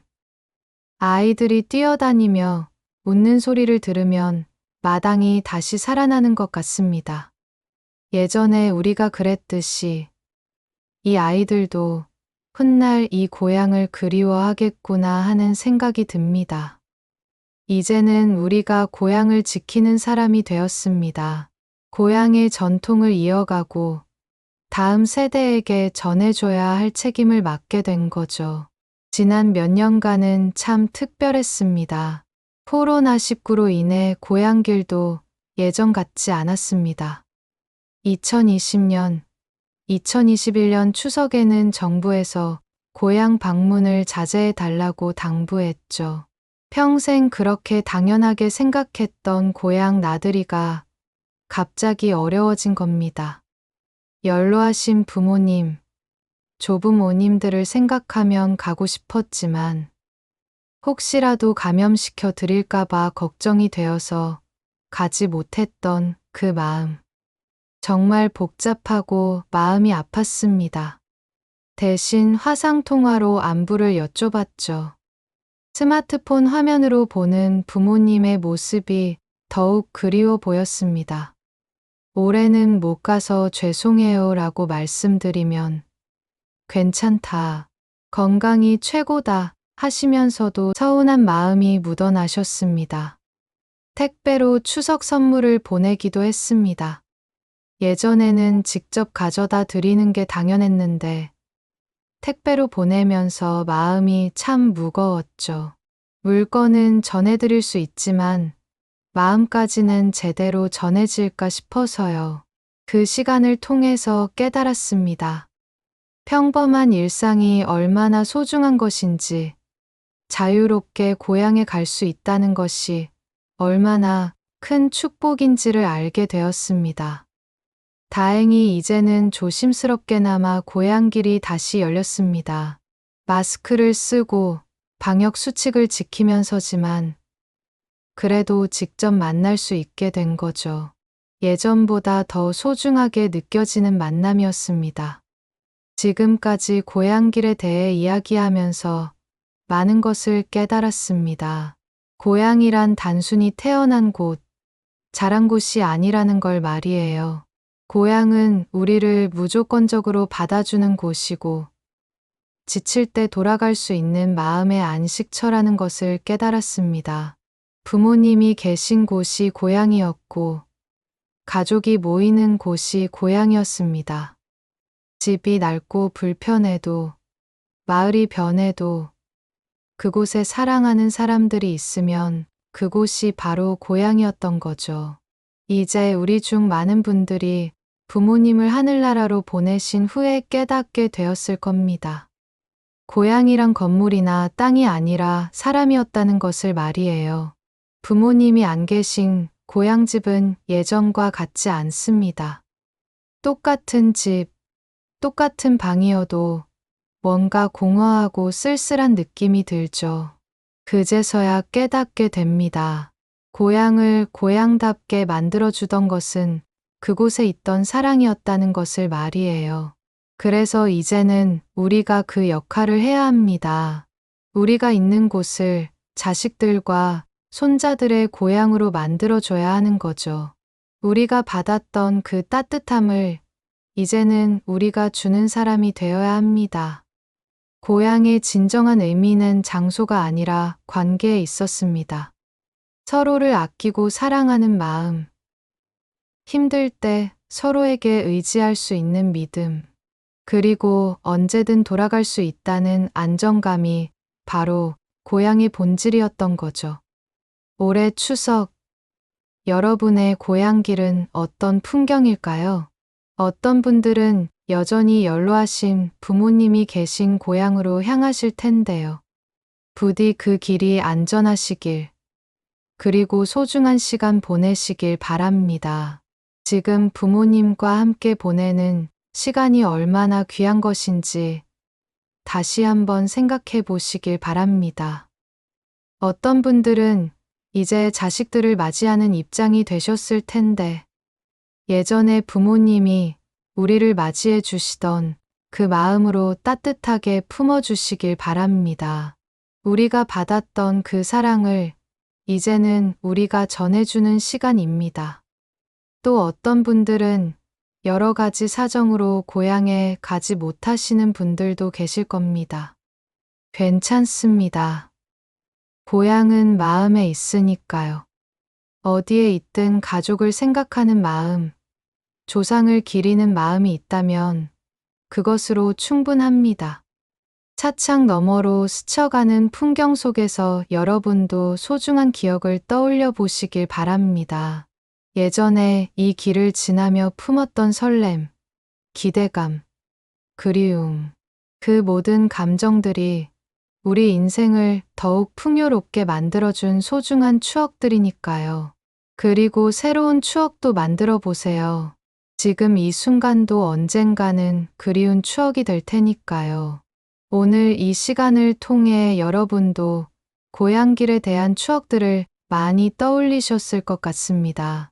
덜컹거리던 버스를 타고 비포장도로를 달리던 그때, 보따리 하나 들고 설레는 마음으로 향했던 고향길.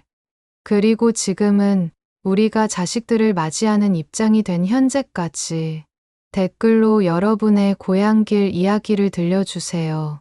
어떤 교통수단을 이용하셨는지, 고향에 도착했을 때 가장 반가웠던 것은 무엇이었는지, 그리고 지금도 기억에 남는 고향의 풍경은 어떤 것인지 나누어 주시면 좋겠습니다. 특히 50대, 60대, 70대, 80대 각각의 세대별로 다른 고향길의 추억들이 있으실 텐데요. 여러분의 이야기 하나하나가 다른 시청자분들에게도 큰 공감과 위로가 될 것입니다. 혹시 올해 추석에 고향에 가지 못하시는 분들이 계시다면 마음만이라도 고향을 향해 보세요. 멀리 계신 가족들에게 안부 전화라도 한 통 드려보시면 어떨까요? 추석 잘 보내세요 라는 한마디만으로도 큰 위로가 될 겁니다. 그리고 이미 부모님을 하늘로 보내신 분들도 마음속으로나마 고향을 그리워하시며 부모님께 감사의 인사를 전해보시길 바랍니다. 올해 추석을 맞아 준비한 이런 따뜻한 이야기가 마음에 와 닿으셨다면 구독 버튼을 눌러주시고 좋아요도 함께 부탁드립니다. 그리고 옆에 있는 알림 설정까지 켜주시면 마음편지의 새로운 이야기를 가장 먼저 만나보실 수 있습니다. 같은 세대, 비슷한 추억을 가진 주변 분들에게도 이 영상을 공유해 주세요. 형제자매들, 동창들, 이웃들과 함께 나누는 고향길 이야기가 더 많은 분들에게 위로와 공감을 줄 수 있을 것입니다. 마음편지 채널은 앞으로도 여러분 세대의 추억과 감정에 공감하는 이야기들을 계속 준비하겠습니다. 어린 시절 이야기, 청춘 시절 이야기, 그리고 지금 우리가 살아가는 이야기들을 통해 여러분의 마음을 따뜻하게 해드리고 싶습니다. 올해 추석, 가족과 함께 건강하고 행복한 시간 보내시길 바랍니다. 비록 상황이 여의치 않아 직접 만나지 못하시더라도 서로를 생각하는 마음만으로도 충분히 의미 있는 추석이 될 것입니다. 다시 한번 추석 명절 잘 보내시고 건강하세요. 감사합니다.